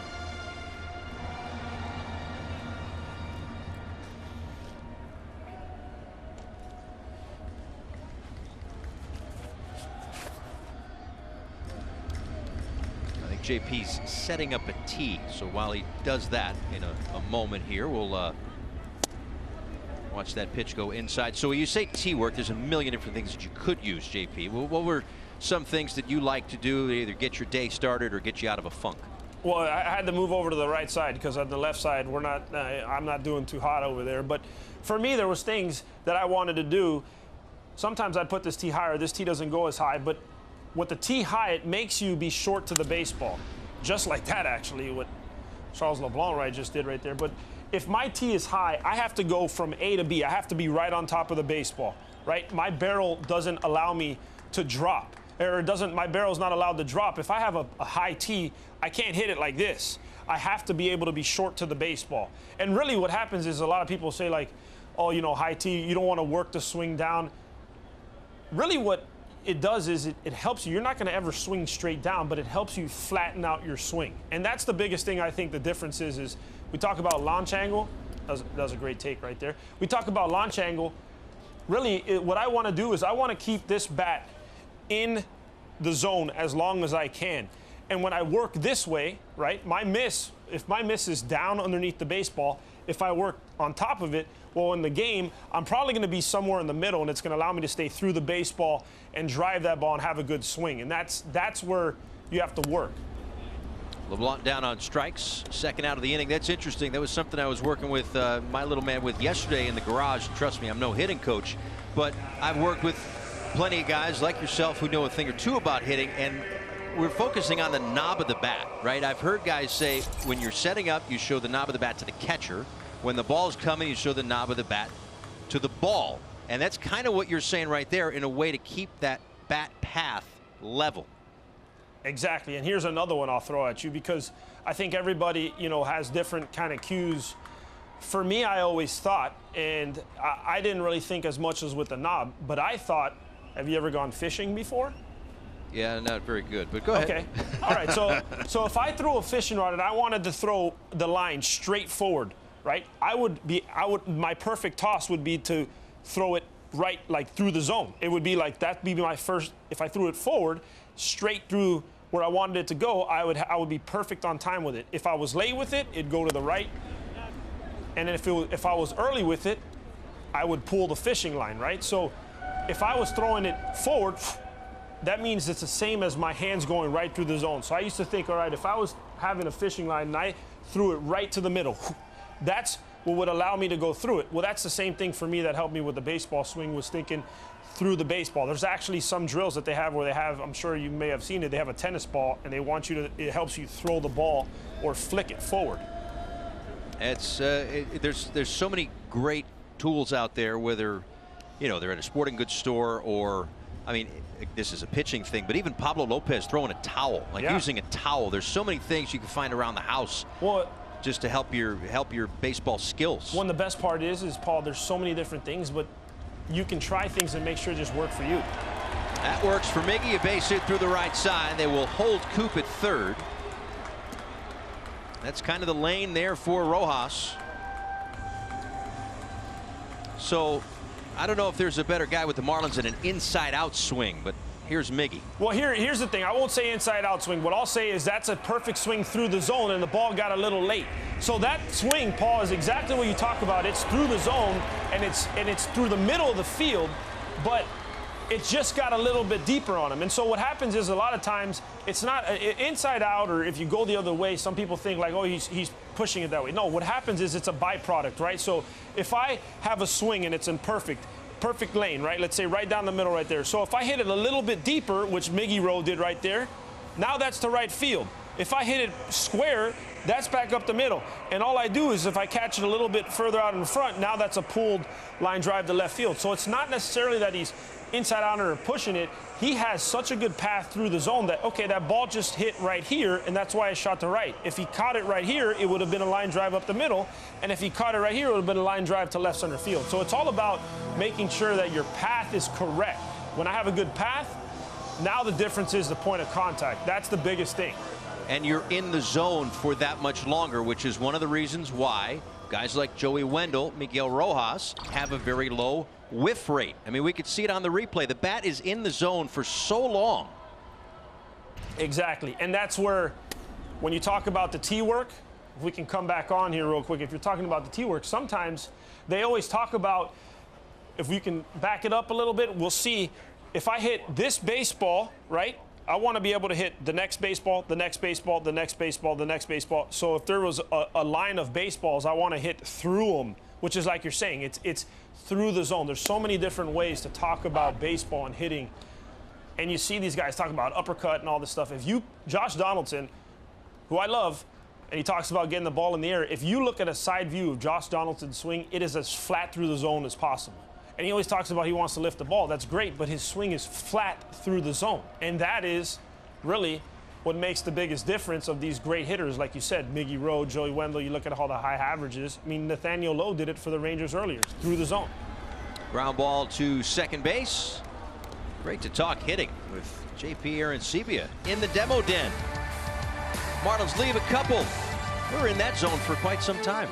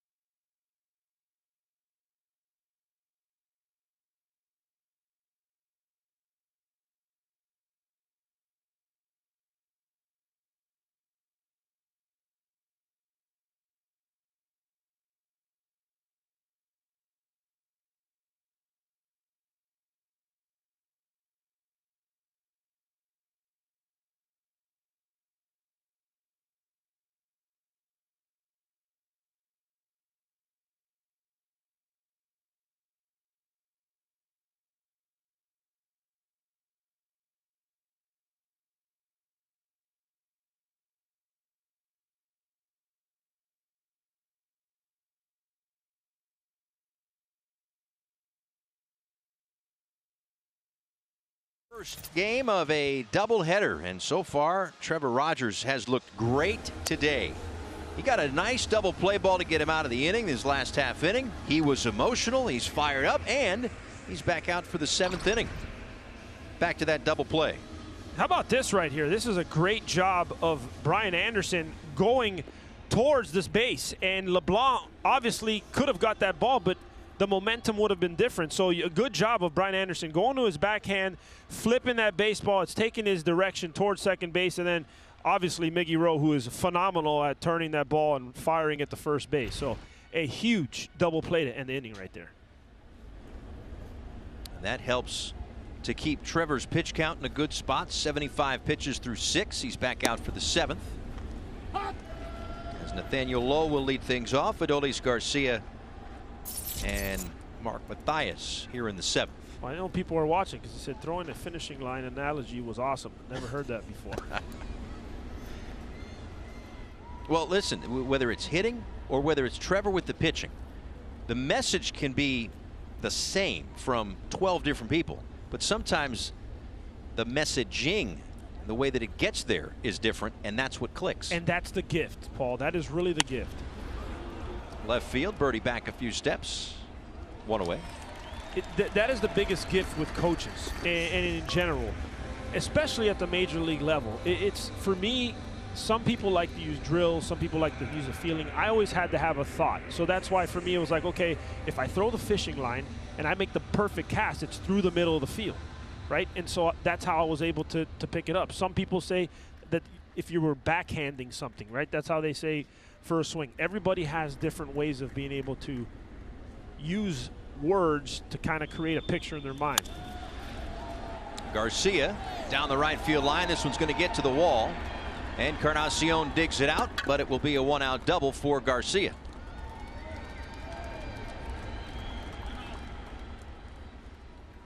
Now a word from Baptist Health.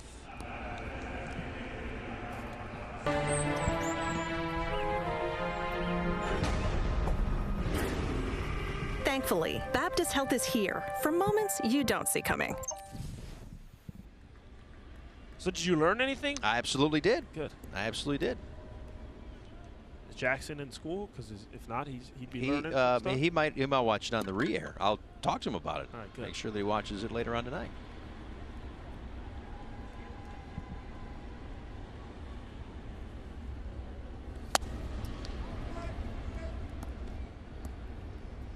Ball 1-2, Mathias 0 for 2. And just getting those feels, we were talking about hitting, but for Trevor Rogers was one of the things that he was working on. And again, we've mentioned this, that he was working on a little tweak in the mechanics, and that set off the back injury that he had, and that's why he was on the IL. But in that time, he was able to refine those mechanics, or that mechanical tweak. And he told me the other day that he's getting back to feeling what he's been working on, and it for him is a feel on the mound. Well, your example was perfect with Pablo Lopez about the towel, right? The towel, when you do the towel drill, it's that last little whip of the towel that allows you to feel that whip. Sometimes you don't feel it when you're just throwing a baseball, so you have to use that towel. That's why they have the towel drill. Because what happens is you reach out with the towel drill and you finish it. You whip the towel, and sometimes there's a guy holding a glove in front of you when you're trying to hit the towel, but it allows you to feel that last little finish on the baseball. So there's tools, there's a lot of beautiful things that have been created and made and all these that help you, allow you to feel things.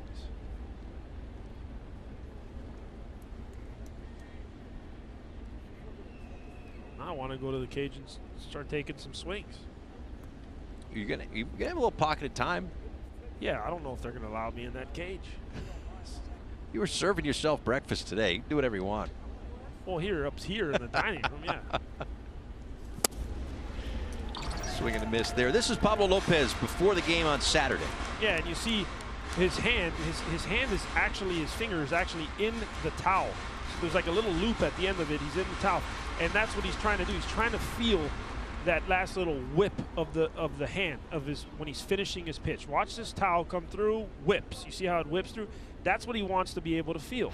That's why he gets that towel drill.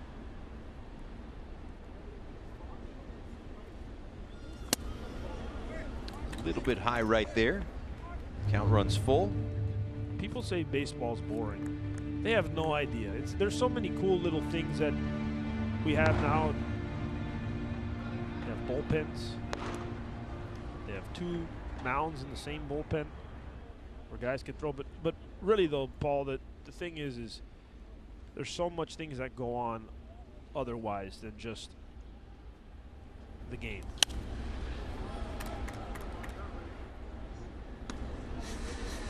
Well, it's fun to be able to dive into those things, and every once in a while you love to do it. Yes, for some it can get granular, but hopefully what it does is gives those at home a better understanding of what's going on and why is he throwing this pitch right after that pitch. Why is this guy slumping? Why is this guy red hot right now? It's one thing to say a guy's hitting 450, but to break down why is helpful.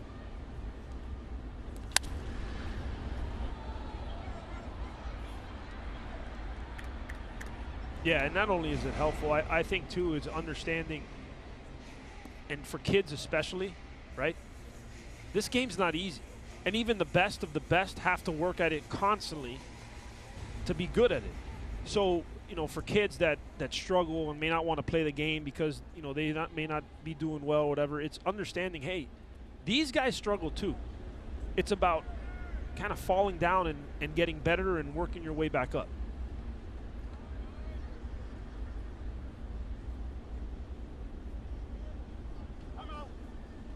I was talking with Trevor about that, and Mel gave him a great pep talk. We'll share everything of what he told me, but one name that we both talked about was Roy Halladay, one of the great pitchers of a generation.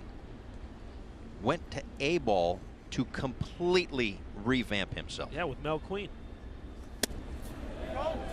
Did he go? No. First and second with 1 out.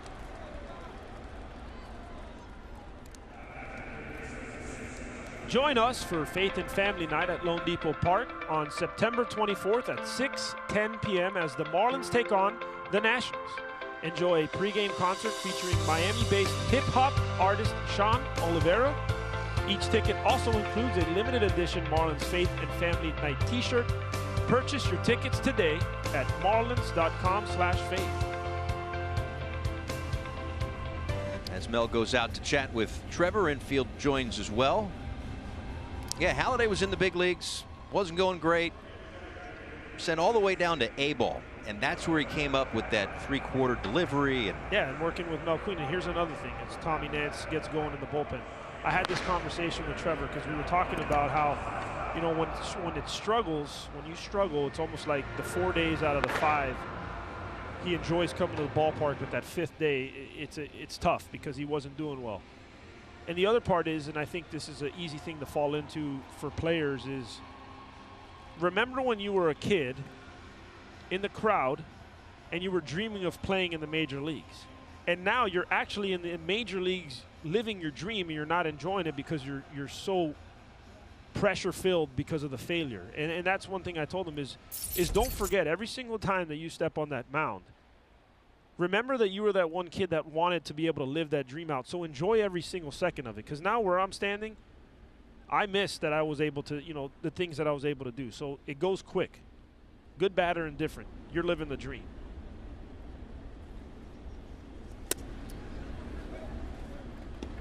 One, perhaps, last hurdle here for Trevor in the 7th. A 2-0 ball game facing the youngster Josh Young. Got a big double play to end the 6th.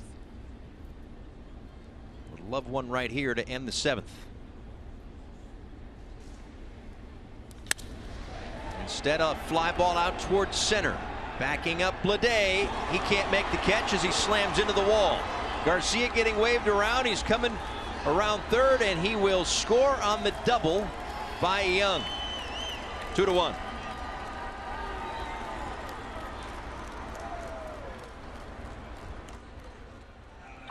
Yeah, this one a tough one right here. This ball is lined hard to center field. JJ feeling for the wall right there, and when he jumps, just misses it. Looks like it hit off the heel of the glove. He closes his glove a little bit early, going to the wall right there, and I'm sure that he'd tell you that probably a ball that he should have caught.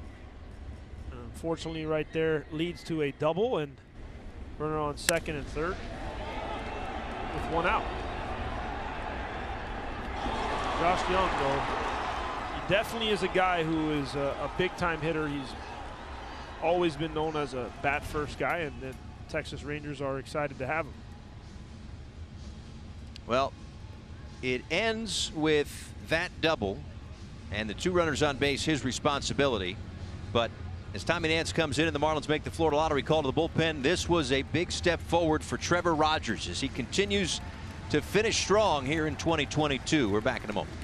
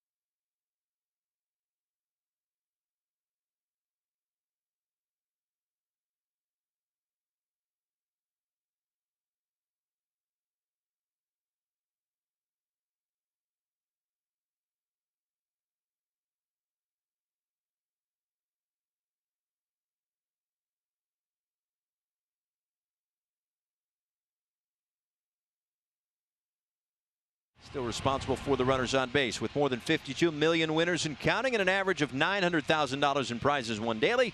Pick daily games. Pick winners by the bunch. The Florida Lottery must be 18 or older to play. Play responsibly. So Tommy Nance comes in, and even though I'm guessing J.J. Bleday would tell you that that ball was catchable, it goes down as a double and an RBI. He had to range back, leap at the wall, and just clip the glove. So a run comes in to score. Matthias at third, Young at second, both the responsibility of the lefty Trevor. Here's Sam Huff. Gets away from Stallings, but no advance. Yeah, it's definitely something that he would have said that he would have had to have caught or would expect to catch, I guess, but it's definitely not an error in the ruling as far as you're running, you're jumping, you're trying to make a catch. It's not that easy.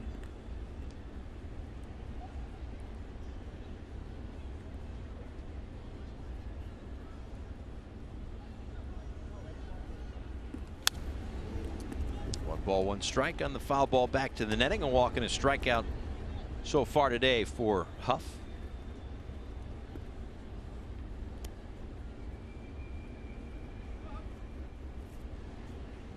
The infield's back right here, so they're giving the run.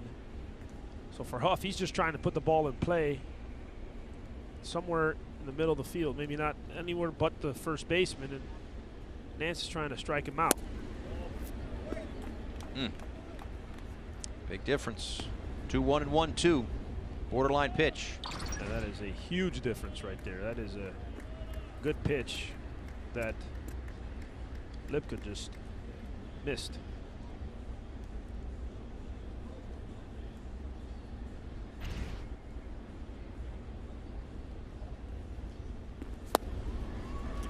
Goes back to that breaking ball and evens up the count. And the only thing that's tough for Trevor is he goes out there, he's done so well. You just want him to be able to get out of this inning with his runs not being cashed in. It just makes a difference.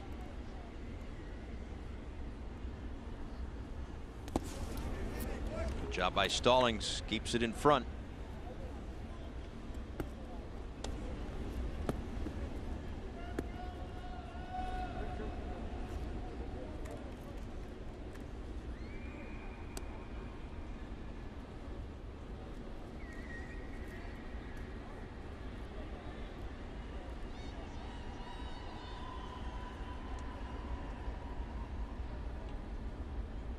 Payoff pitch from Nance is a ground ball to Rojas. Dives, comes up with it, throws to first, and it's picked by Lewin. Great play to take away a hit. However, the tying run scores. That was a phenomenal play on both sides of the baseball. Miggy Rowe does this as good as anybody in baseball. To the backhand, up and gets rid of it. Now the other side of that is Lewin Diaz. Paul, we have watched Lewin Diaz. Look how easy he makes this pick look. It is like nothing to him. And he is so good. And it's such a big difference with him at first base. Like that's a pressure play right there. It really is. And it looked like March 7th in Jupiter. Yeah, he's just like, yeah, I'll pick it. Oh, thanks, guys. It's 2 outs. And really why it's a pressure play is because he doesn't pick that ball. 1, the guy's not out. 2, then now you have a runner at third base with still less than 2 outs. It's a huge play. Smith lines it to right, and Encarnacion makes the catch. And the inning is over. But the Rangers tie it up. Great effort today. A no decision for Trevor. We go to the bottom of the 7th. The 7th inning stretch brought to you by Baptist Health.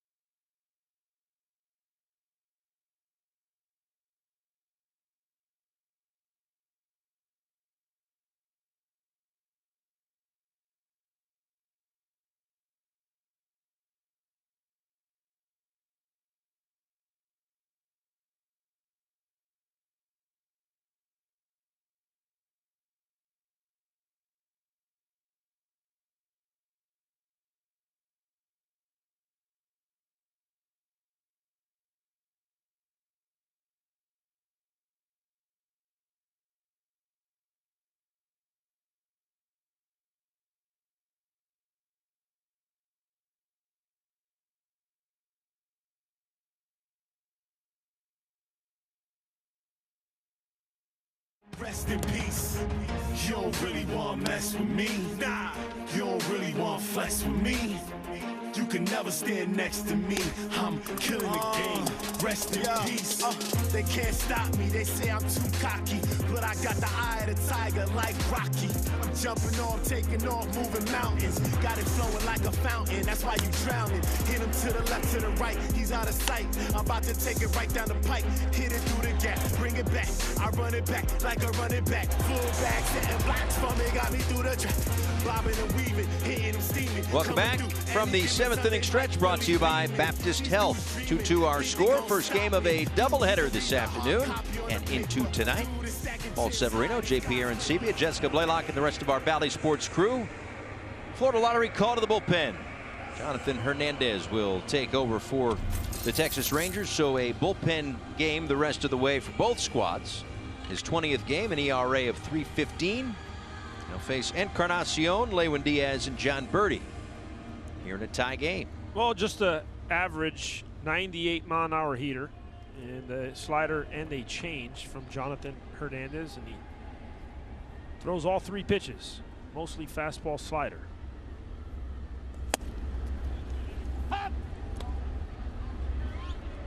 26 years old, out of Memphis, Tennessee. Encarnacion a walk and a pop-up today.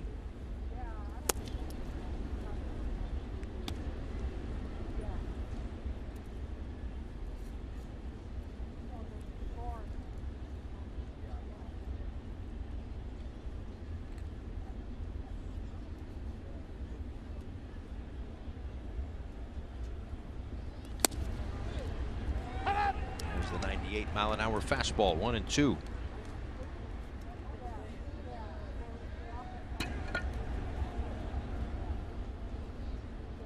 Encarnacion with the 0 for 1 today, now 4 for 27 in September. Chops one to the third baseman. Off balance throw to get out number 1.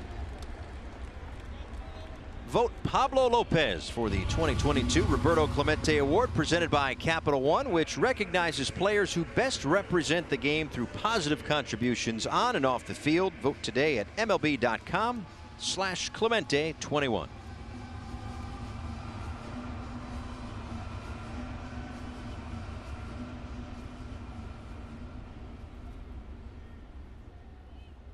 Here's Lewin. Reached on a fielder's choice and had a sac fly in this one.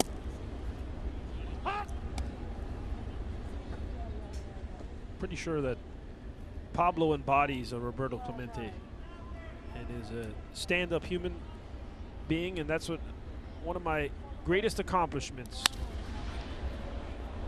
Fly ball to center. Bubba Thompson there. Was being nominated the Roberto Clemente Award winner for the Toronto Blue Jays. Yeah, huge honor. As let's check in with Jessica Blaylock. Hey, Paul, all season long, we've seen John Birdie utilize that tremendous speed, which is why he is still leading the league in stolen bases with 32. If he finishes in that top spot, he would become the 5th Marlin in franchise history to do so. Our Toyota trend. Birdie would join Kelvio Veras, Luis Castillo, that's Juan Pierre and D. Strange Gordon, with Castillo and Strange Gordon having done it twice. And Paul, Birdie currently leads Major League Baseball by 2. He leads the National League specifically by 5. JP would answer to John Peter, just so we're clear on that. It's totally fine. See, you got me covered. Ground ball up the middle. Marlins go in order in the 7th.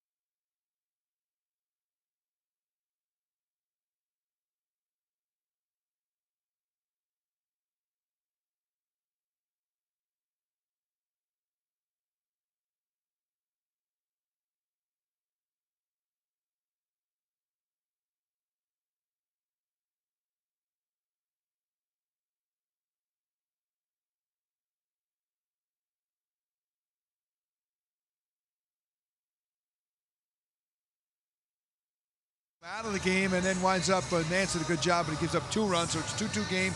Can't get the win, but it might feel like a win for him.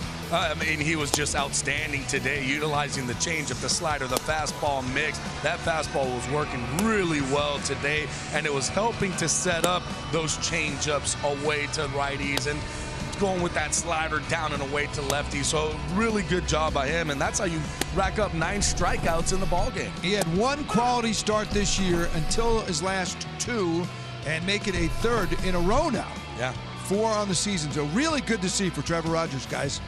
Yeah, it absolutely was as Stephen Okert takes over. First pitch swinging for Bubba Thompson. I have a question for you guys in just a moment as Blade puts that one away. Gabby, you and I were conversing in between while JP was talking about hitting. And this game, even the greats fail 70% of the time. Yeah, it's the only sport that you can fail 70% of the time and be a Hall of Famer. And that's how tough this game is. And one of the signs that they would always tell you, and the coaches will say, hey, you got to hit a round ball with a round bat, but hit it square. And that's what, the joke was always that, because it's so hard to hit a baseball. So like JP was saying, for kids that think, oh, baseball's so tough, and yeah, it's tough for every single person out there. You just have to just keep playing it. And if if you love it, you're going to continue playing it. You'll take your knocks. It's going to be tough. But at the end of the day, you leave the game smiling. Absolutely. And now, Gabby, you and JP know the life that Craig and I live, which, you guys were able to survive being good 30% of the time. We're broadcasters. We have to be good 100% of the time.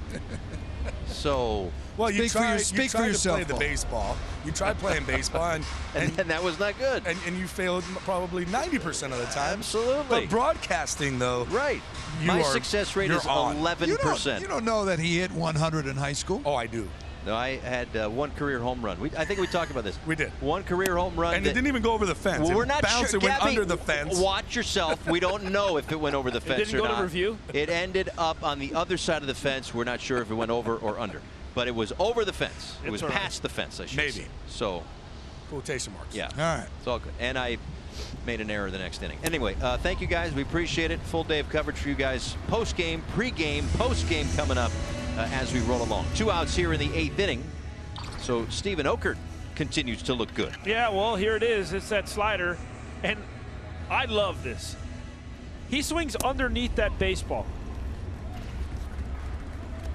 The reason why Stephen Okert's slider is so good, watch this right here. This slider, usually on a slider, you swing over it and you miss. Well, his slider, you swing under it. Why? Because it doesn't drop as much as you would expect. As our boy Eno Saris would say, it is a weird pitch, which makes it a good pitch. So a little more of the side to side than the dip. That's correct. Okay. A little more horizontal, less horizontal. Oh yeah, more horizontal, less vertical. I can't get that right either. I'm glad you fell on the sword for that one. Thank you. Appreciate it. I'm a magician with my words. Well, here's Corey Seager, 0 for 3 so far today. He grounded into that inning-ending double play in the 6th. Takes a strike. By the way, I appreciate you saying that I only failed 30% of the time. Obviously, you didn't see my career numbers, much more than that. But as a good partner, much obliged. That's fine. It is what it is. There had to be a 5-game stretch where you failed only 70% of the time. Hey, right? wait a second. There was a month. There was a month.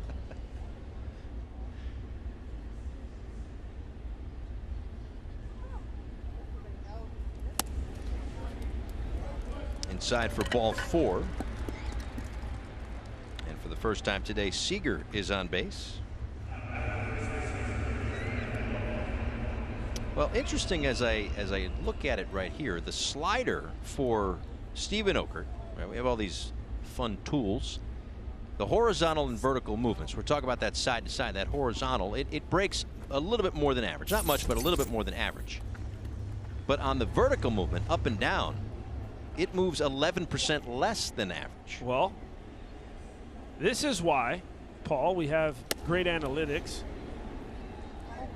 And this is also why we have the telestrator. Well, so if a normal slider from Okert or a normal lefty would drop, and let's say it gets to the zone, so we get to the zone and it drops that much, his slider only drops that much. So where you can say it with numbers, now I can draw it on the screen. That's good. So for some of us that were visual learners, that read books with many pictures, right, that's how I can understand it. So if you watch right here, watch this trail right here. That is a slider that doesn't drop as much as most sliders. Voila. Another one right there. And that's why when people say, I can't take analytics or whatever, there's numbers that can show you why Okert has success. 1 ball, 1 strike to Lowe. Pokes one to Miggy at short. Has to fire over to first base, but he was playing a little bit more back behind second, so had a ways to go on a slowly hit ball. Nearly impossible to get Low, so an infield single there, and the Rangers have 2 on. Oh, this is was that the Nadal backhand right there that he just did to the right side of Miguel Rojas? I think there's a changing of the guard. You have to call it an Alcaraz now, I believe. An Alcaraz? Yeah. He's the guy that won the U.S. Open. Oh. Yeah. Oh. It's like 21 or something, yeah. His name is Alcaraz? Alcaraz, yep. Oh, there you go. Backhand, Alcaraz, half swing, beats the shift.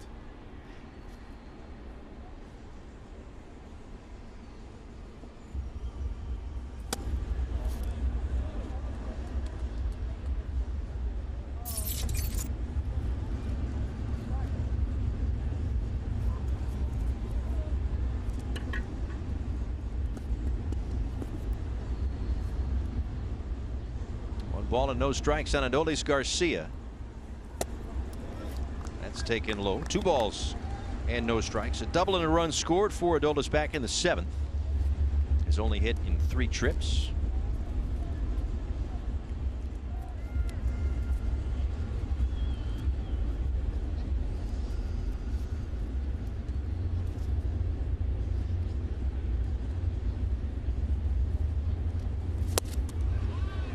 Cut and miss at that slider. Yeah, I don't think that he was necessarily doing the Alcatraz backhand right there. No. I was trying to hit one through the windows right here. He was way out in front of that slider right there.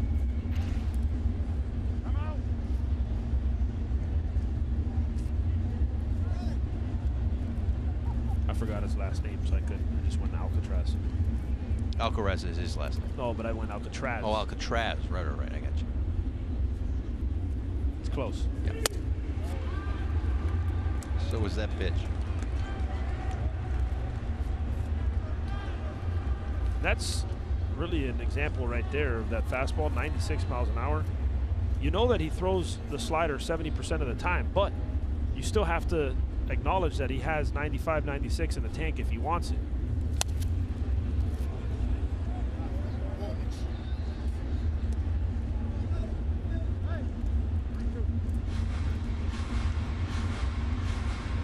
Next one will be the 20th pitch of the inning.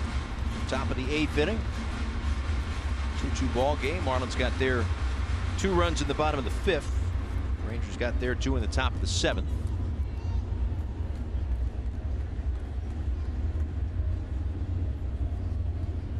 Runners go on 3-2, and it's ball 4. So they are loaded.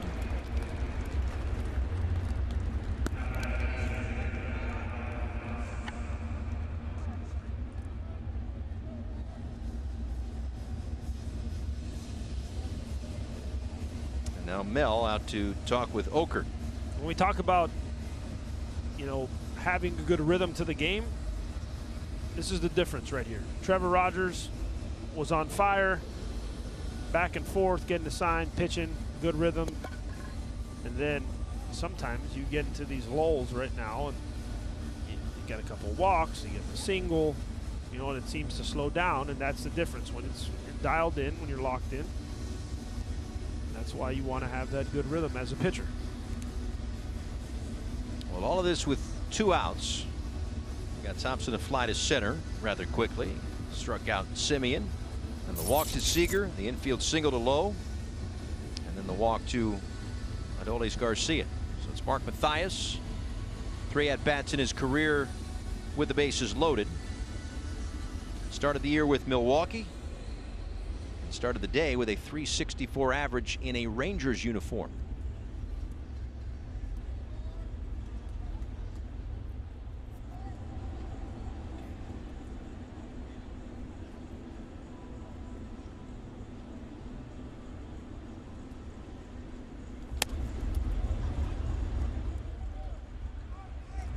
Okert has lost the zone here.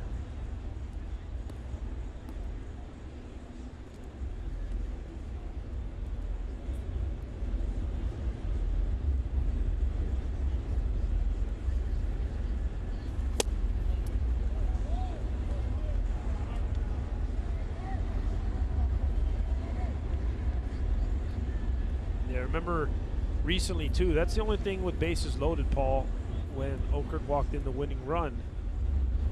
A little different when you fall behind. The pressure is a little different. You start to tighten up a little bit. So it's a good spot right here to be able to get a strike back, because you go 2-0, 3-0 with bases loaded, you know that your back's against the wall.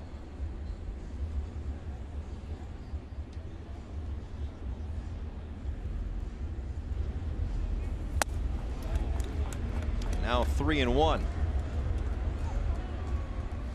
And now it's tough on the catcher's decision, because Stallings knows that sometimes fastball's not his best strike pitch. He probably has to throw a slider for the strike 3-1, but he throws a fastball.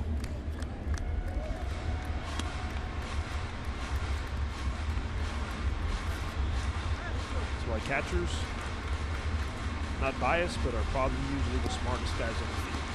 Oh boy, here we go. Now the texts will rain in from Gabby and Nelly and Rod. T-Hut's playing golf, so I know he won't text. That's fouled back. Yeah, Nelly's on radio, so he can't hear us, so maybe just Gabby. Gabby will be up here in 10 minutes. Maybe Rod.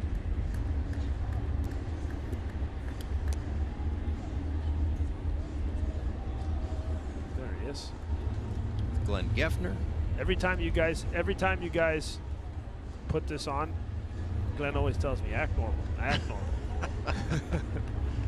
Kyle Seeloff conducting some sort of business up there, as that is a ball that just missed. Seager scores on the bases loaded walk, and the Rangers take a 3-2 lead. Well, that is unfortunate right there. That is a slider, that's a strike, but because he misses his spot, Lipka doesn't give him the pitch. I mean, that is a tough one right there. Just nicks the corner, and that's a slider. So, unfortunately, Okert at the end of the line. That's going to do it for Okert.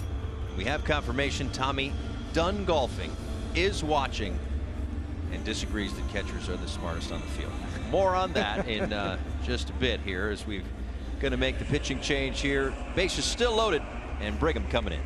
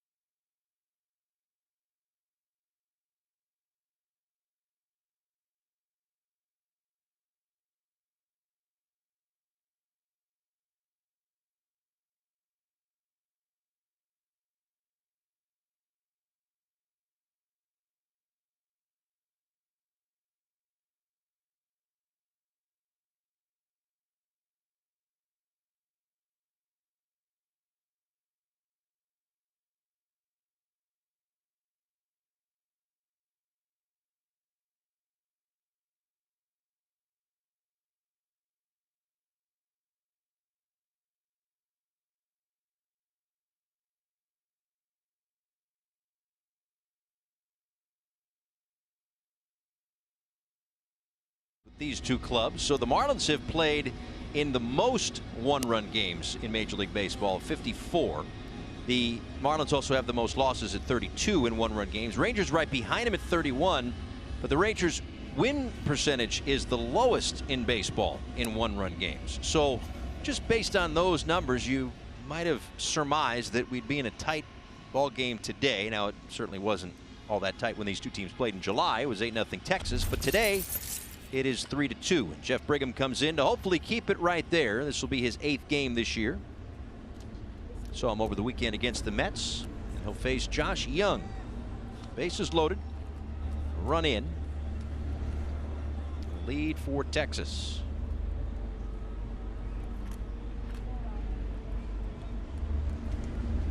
Young, a couple of strikeouts and an RBI double in this one.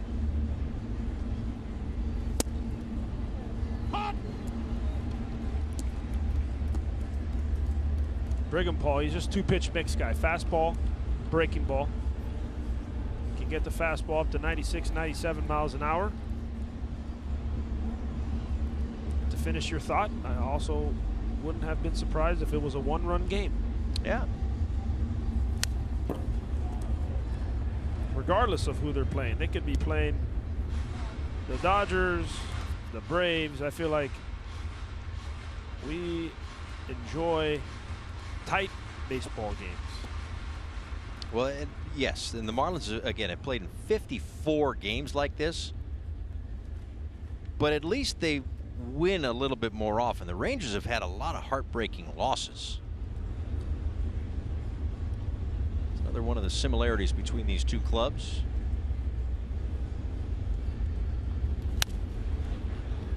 Still 0-2.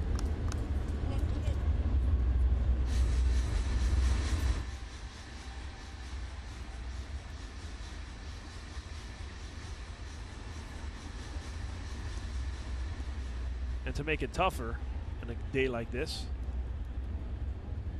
on an off day, you have to fly to Miami, play 2 games, and get on the plane and get back to Texas where you play at home. That is just the start of it. Because then they go to Tampa right after that. Hold it. Oh, Hold okay. it now. Because it went back. Okay. So August 30th, they were home for Houston. Okay. Then went to Boston. Then went to Houston. Then went home to play the Blue Jays in Houston. In Arlington. Arlington. I've screwed the whole thing up. Then they go to Miami for today, go back home, go back to the Rays, and then go back home again. Yeah. 8 consecutive series in 8 different cities. And a swing and a miss for a strikeout. Bottom 8, Marlins down a run.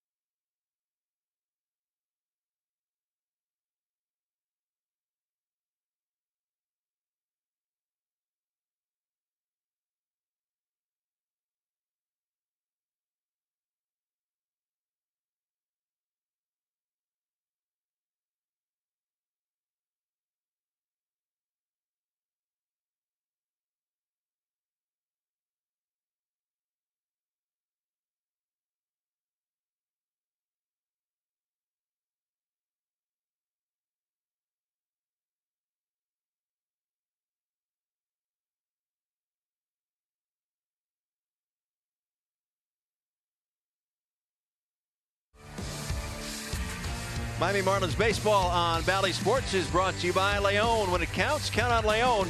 Leon Medical Center's medical excellence. Toyota, visit your local Toyota dealers today. Toyota, let's go places. And by FPL, your storm is our storm, and we'll face it together.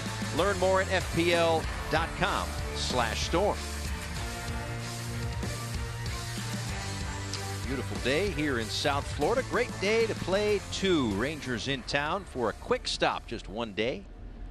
As Brian Anderson will bat. Hernandez still out there for the Rangers. And he takes a strike. Anderson, then Cooper and Blade here in the 8th. 3 unanswered runs for Texas.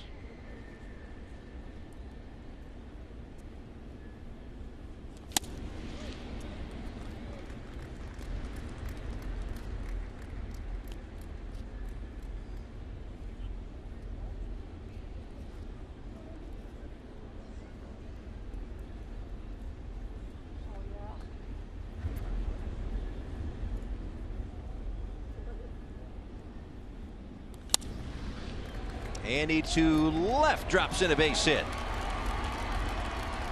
And Anderson with a leadoff base hit here in the 8th inning. Yeah, here we go, a little rally time right now. Gets that changeup, and this is what happens when you're on time with the fastball, Paul. When you're on time with a fastball, you get the changeup, and you can still hit it fair down the left field line for a knock. That's a beautiful swing right there by Brian Anderson as he gets pinch ran for. A little extra speed with that tying run aboard now. Luke Williams takes over.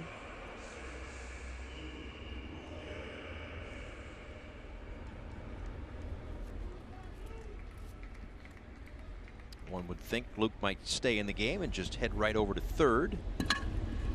Well, hopefully he stops at the dugout and then heads to third. Maybe. As long as he touches home plate first, yeah, that's really all we. Yeah, that's what I'm saying. End of the day, all we care about here. Let's see if Coop can keep things rolling here. A hit by pitch back in the 6th inning, riding a 6-game hit streak. To shortstop. It goes 4-6-3 on the double play. Well, maybe I spoke a little too soon on the rally time. I feel like that's been the biggest difference too this year, Paul, and just watching, all the games. It's like runner on second, nobody out. It's either, pop up or whatever it may be, doesn't advance the runner. All right, you get a runner on first base. All right, we got a little action, and then double play, 2 outs, nobody on. Yeah, the air has come out of the balloon a few times this year. That's why back in the 5th inning today, when they had the 2 runners on base, we're saying you got to cash in, because there have been probably too many times this year where you get the leadoff double and end of the inning and the guy still hasn't moved off second base.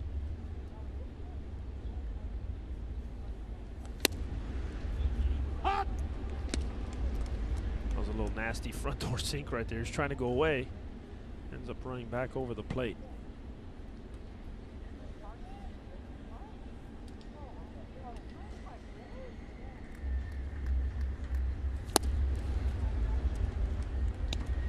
Swings over the top of the changeup as Dylan Floro warms in the Marlins bullpen.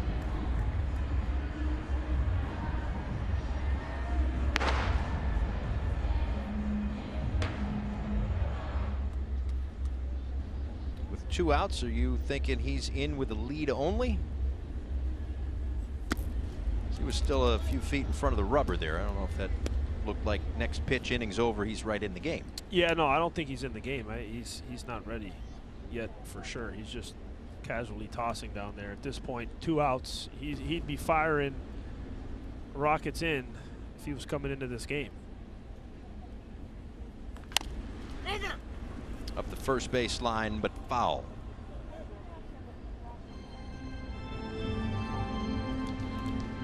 He's thrown a couple, 3 off speed in a row right there.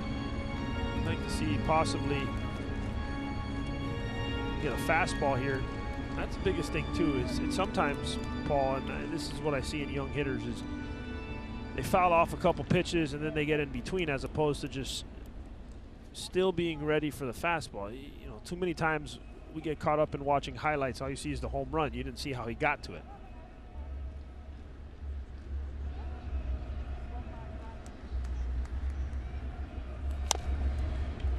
Off the end of the bat foul, third base side.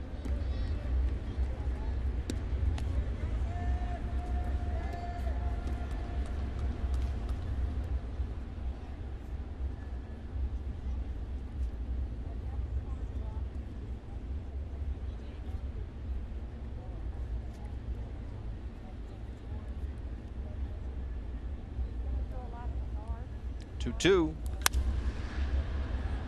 down the left field line, but twists out a play foul.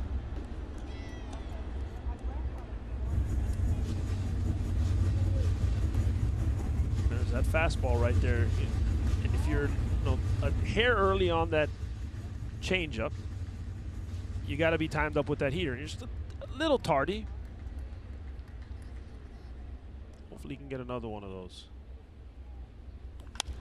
Line into center, over the leap of Seager. Base hit for J.J. Bleday. Nice little battle right there. Here's a byproduct of a good path right there. Out in front, stays through it, still can get it far out enough to get a base hit right there. So he stayed through. You see how that stays through that ball? Throws the fishing line. Uses the knob, however you want to refer to it. Stays through it long enough to get himself a knock right there, and hopefully, I don't want LeBlanc to just tie it up. I'd like him to just rattle the seats. He's got the power to do that. He's shown it off a little bit. A couple of home runs last 2 weeks.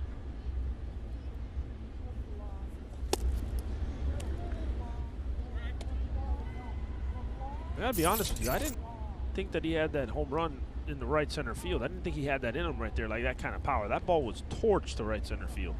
His swing will never be mistaken for Bryce Harper's, right? Like there used to be, maybe a little less now, but violence in Bryce Harper's swing. You don't see that with LeBlanc, do you? No.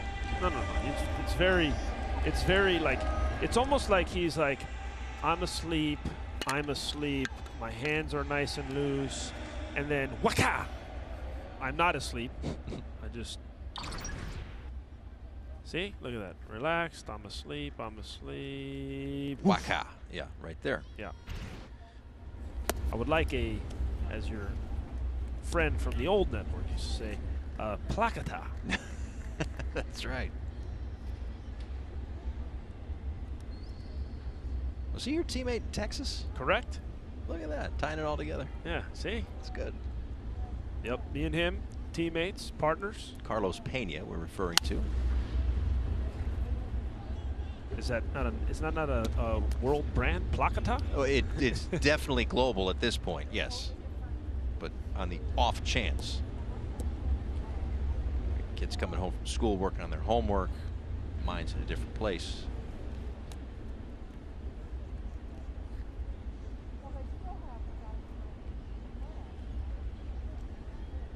Two balls and two strikes. And that'll give Bleday a head start.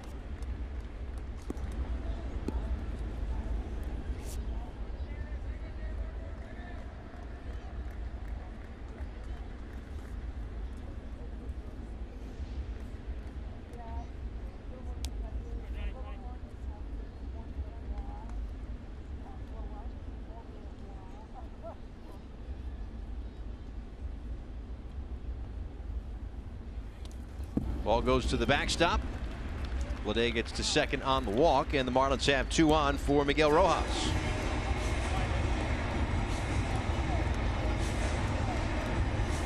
There you go. Runner in scoring position. Possibly get another 2-out knock today, but it's not going to be Hernandez that's going to get the opportunity. Well, Tony Beasley coming out. Going to make a pitching change here. A 1-run game Matt Moore coming in. We'll be right back.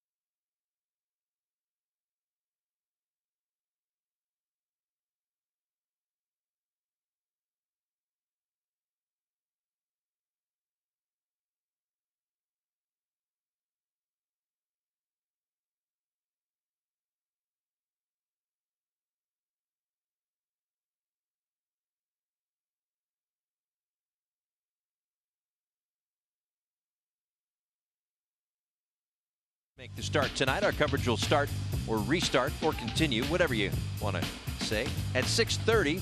John Gray and Braxton Garrett. First pitch at 7:10 tonight.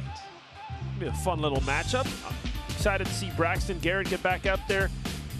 He has been awesome. And John Gray, he has some electric stuff. Gray started the game in July when these two teams played. He's got a high 90s fastball with a nasty slider. Speaking of breaking balls, Matt Moore has been throwing hammer after hammer. His curveball has been phenomenal this season. That's why these numbers are so good. ERA a little over 2. Ball upstairs, 2-0. Rangers, by the way, have lost 12 of their last 14 games, but their bullpen has been really good since September 2nd, so within that 12-game stretch. A 1.64 ERA. And Moore a big part of that. Fouled at the plate. Marlins, meanwhile, 2 for 6 with runners in scoring position today. They were 2 for 21 with runners in scoring position over the weekend against the Mets. We've talked about the offense overall, but we can focus in on the lack of the big hit lately for Miami. They are currently at 14 straight with 2 or fewer hits with runners in scoring position in a game. A third may very well tie it.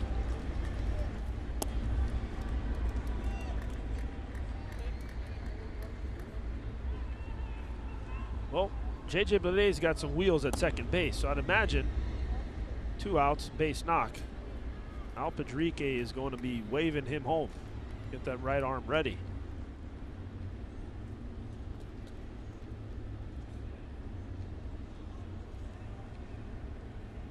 2-2. Bouncer up the middle. Semien gets to it, throws across his body, and they get the out at first base. Marlins may want to see if Lowe kept his toe on the bag. Miggy says no. Marlins will. Waiting. Challenge.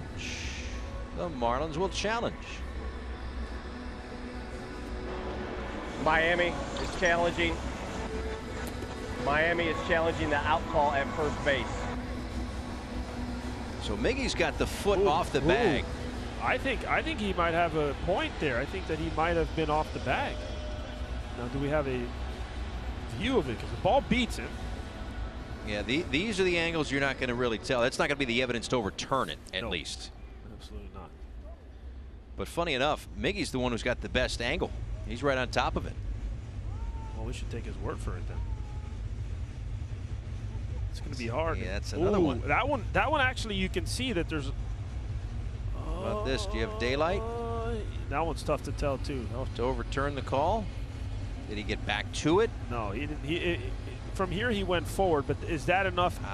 It looks like he's off the bag, but I don't think that it's enough to be overturned. Looks like it's correct. So if I'm a betting man, it's going to be a stance.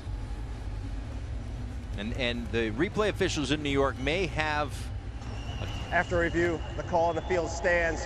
The runner is out. Miami has lost their challenge. I was going to say they may have had some different angles that we didn't have, but nevertheless, the Marlins trail heading to the ninth.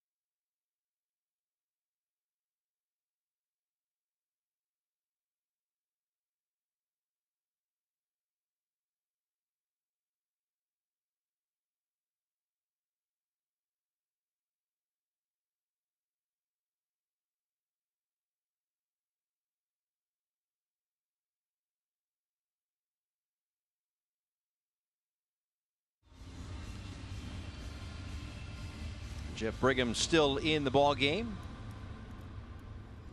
I'll face Sam Huff, Josh Smith, and Bubba Thompson, bottom third of the Rangers order.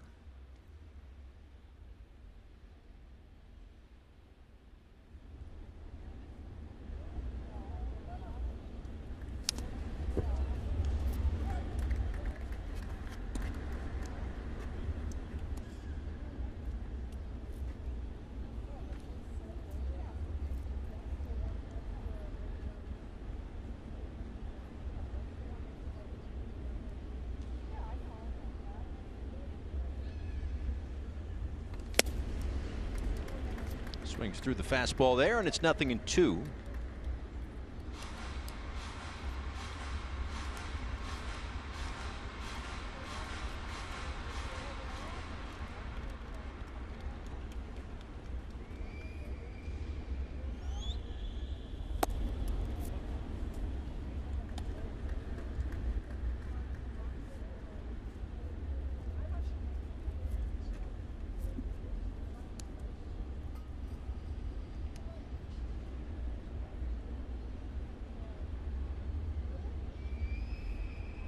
One-two pitch.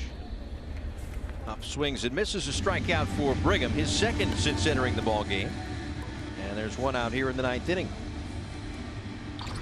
Couple strikeouts, couple sliders right there. That is a good slider with late action. After a fastball up in the zone, Sam Huff trying to hold on to it. And he just finished his swing. He just kind of gave up. He's like, all right, I did.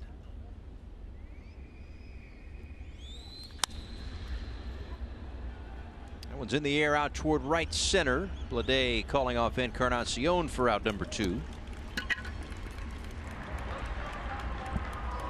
Action in the Rangers bullpen. Jose Leclerc with at least and hopefully only a 1-run deficit for the Marlins to make up in the bottom of the 9th inning. They'll have Stallings, Encarnacion, and Lewin Diaz due up. Well, at least it's not Clase anymore. They traded him away. Big arm. He was, or he is, not he is. He is still filthy.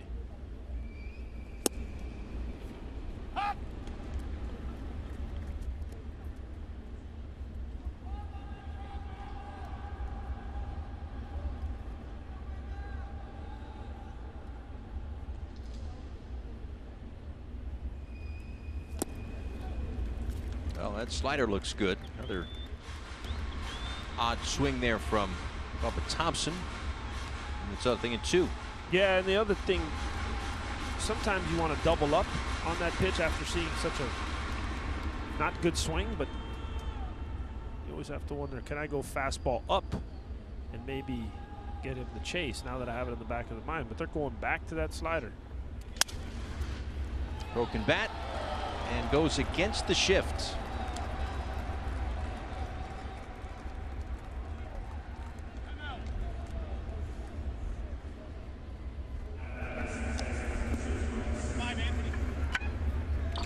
This is one little slider. Runs out of bat right there, does Bubba Thompson. But nobody on the right side. Next year, though, that will be an out. Could be an out. Now they're getting Tanner Scott going in the bullpen. Making sure if Corey Seager comes up to hit, he'll be facing a lefty.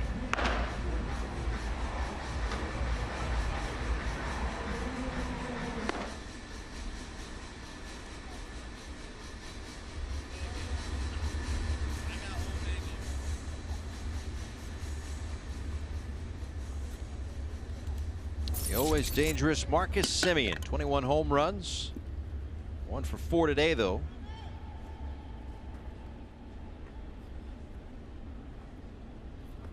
Marlins again have the infield shifted. So are you in or are you out on that shift, by the way? This is just a teaser. I meant 4th inning of the 2nd. Yeah, that's what I figured. I figured once it was the 9th. Trying to pace myself. Yeah, we got 18 innings. I figured once it was the 9th, I didn't think that we were going to go back in time and revisit it in the 4th inning of the first game. So that ship has sailed. So yeah, I love that they're going to take away the shift. I think that it's been terrible for baseball, and I think that it's been worse for lefties, for left-handed hitters. You can see, you're going to draft fantasy players next year. Make sure you go heavy on the left-handed hitter. You're not going to take me down some rabbit hole about your fantasy football team now, are you? I don't even have one. Good. Because I could care less about watching. Okay, fantastic. Oh, because you don't like Sundays? Yeah. Oh, well, I'm out on that. I like Saturdays. Yeah. I like baseball. Actually, I love baseball and I love Saturdays. Sundays you rest. Sunday's a day of rest. Yes. Or honey-do list.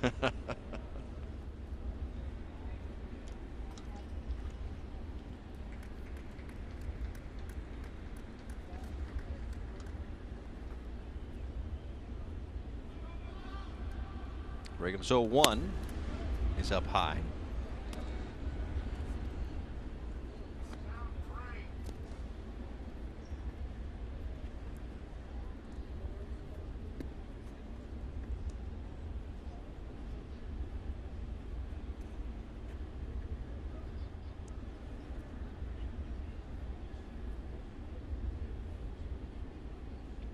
There's a 1-1. Runner goes. Stallings throw. A little late. Stolen base for Bubba Thompson. Yeah, it's a good jump right there. And not even a good throw. You see the throw right there, getting in there on time. Unfortunately, Bubba Thompson's kind of standing up when the ball gets there. That's something you go to the offseason, Paul, I think that should be onus along with the offense is the running game. Pitchers not the best at holding runners.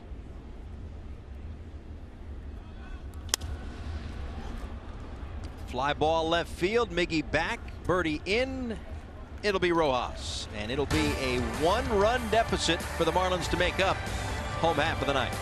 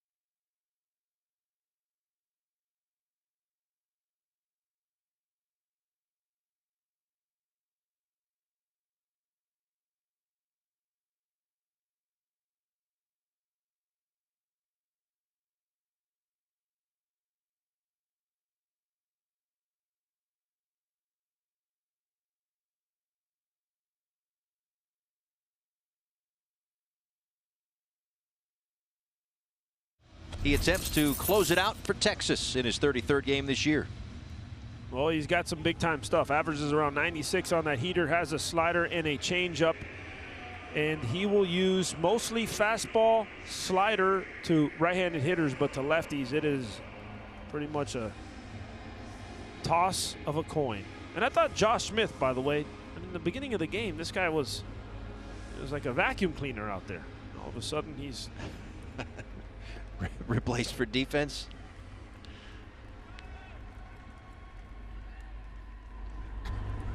There's Joey Wendell leading things off, pinch hitting for Jacob Stallings.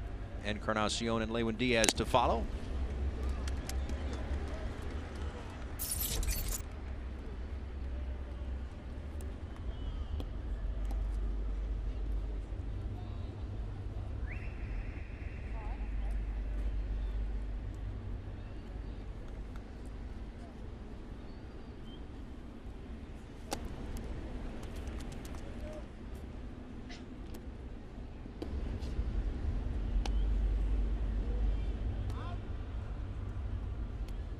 Jose Leclerc, 28 years old, from Esperanza in Dominican Republic.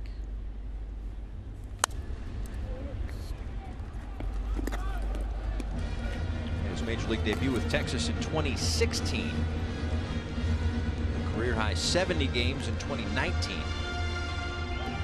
That's 4 saves so far this season. That 2019 year, he had 14 of his 33 saves.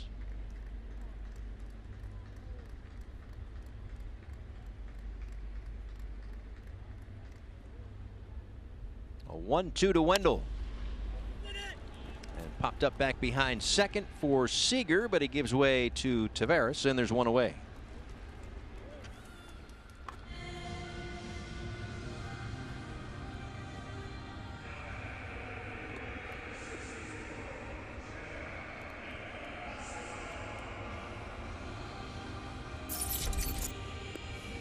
Here are Encarnacion, a walk back in the third.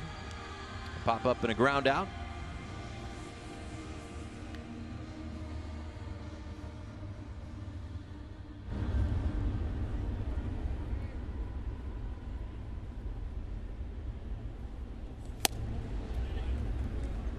Swings through 97, 0-1.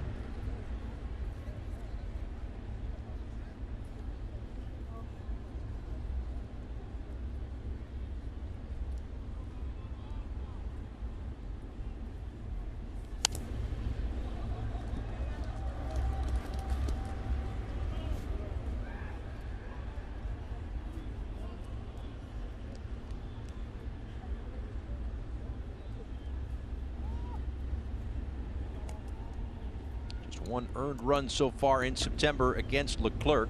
Marlins need one, trailing 3-2. Encarnacion down on strikes.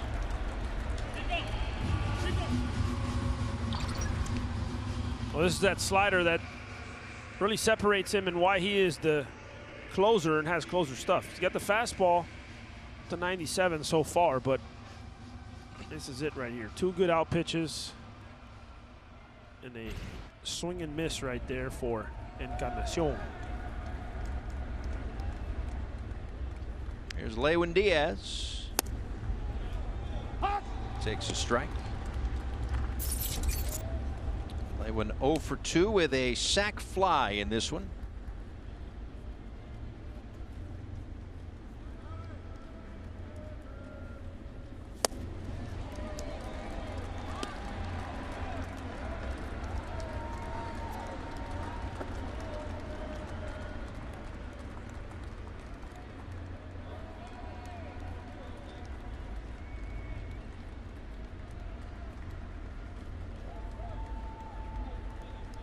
Oh, 2 pitch taken outside.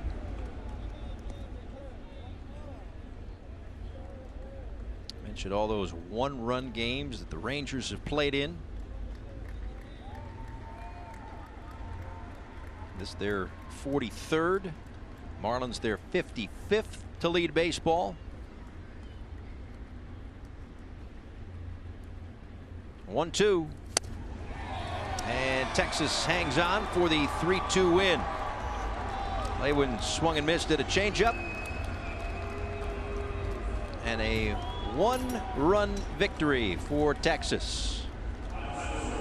Another game to go.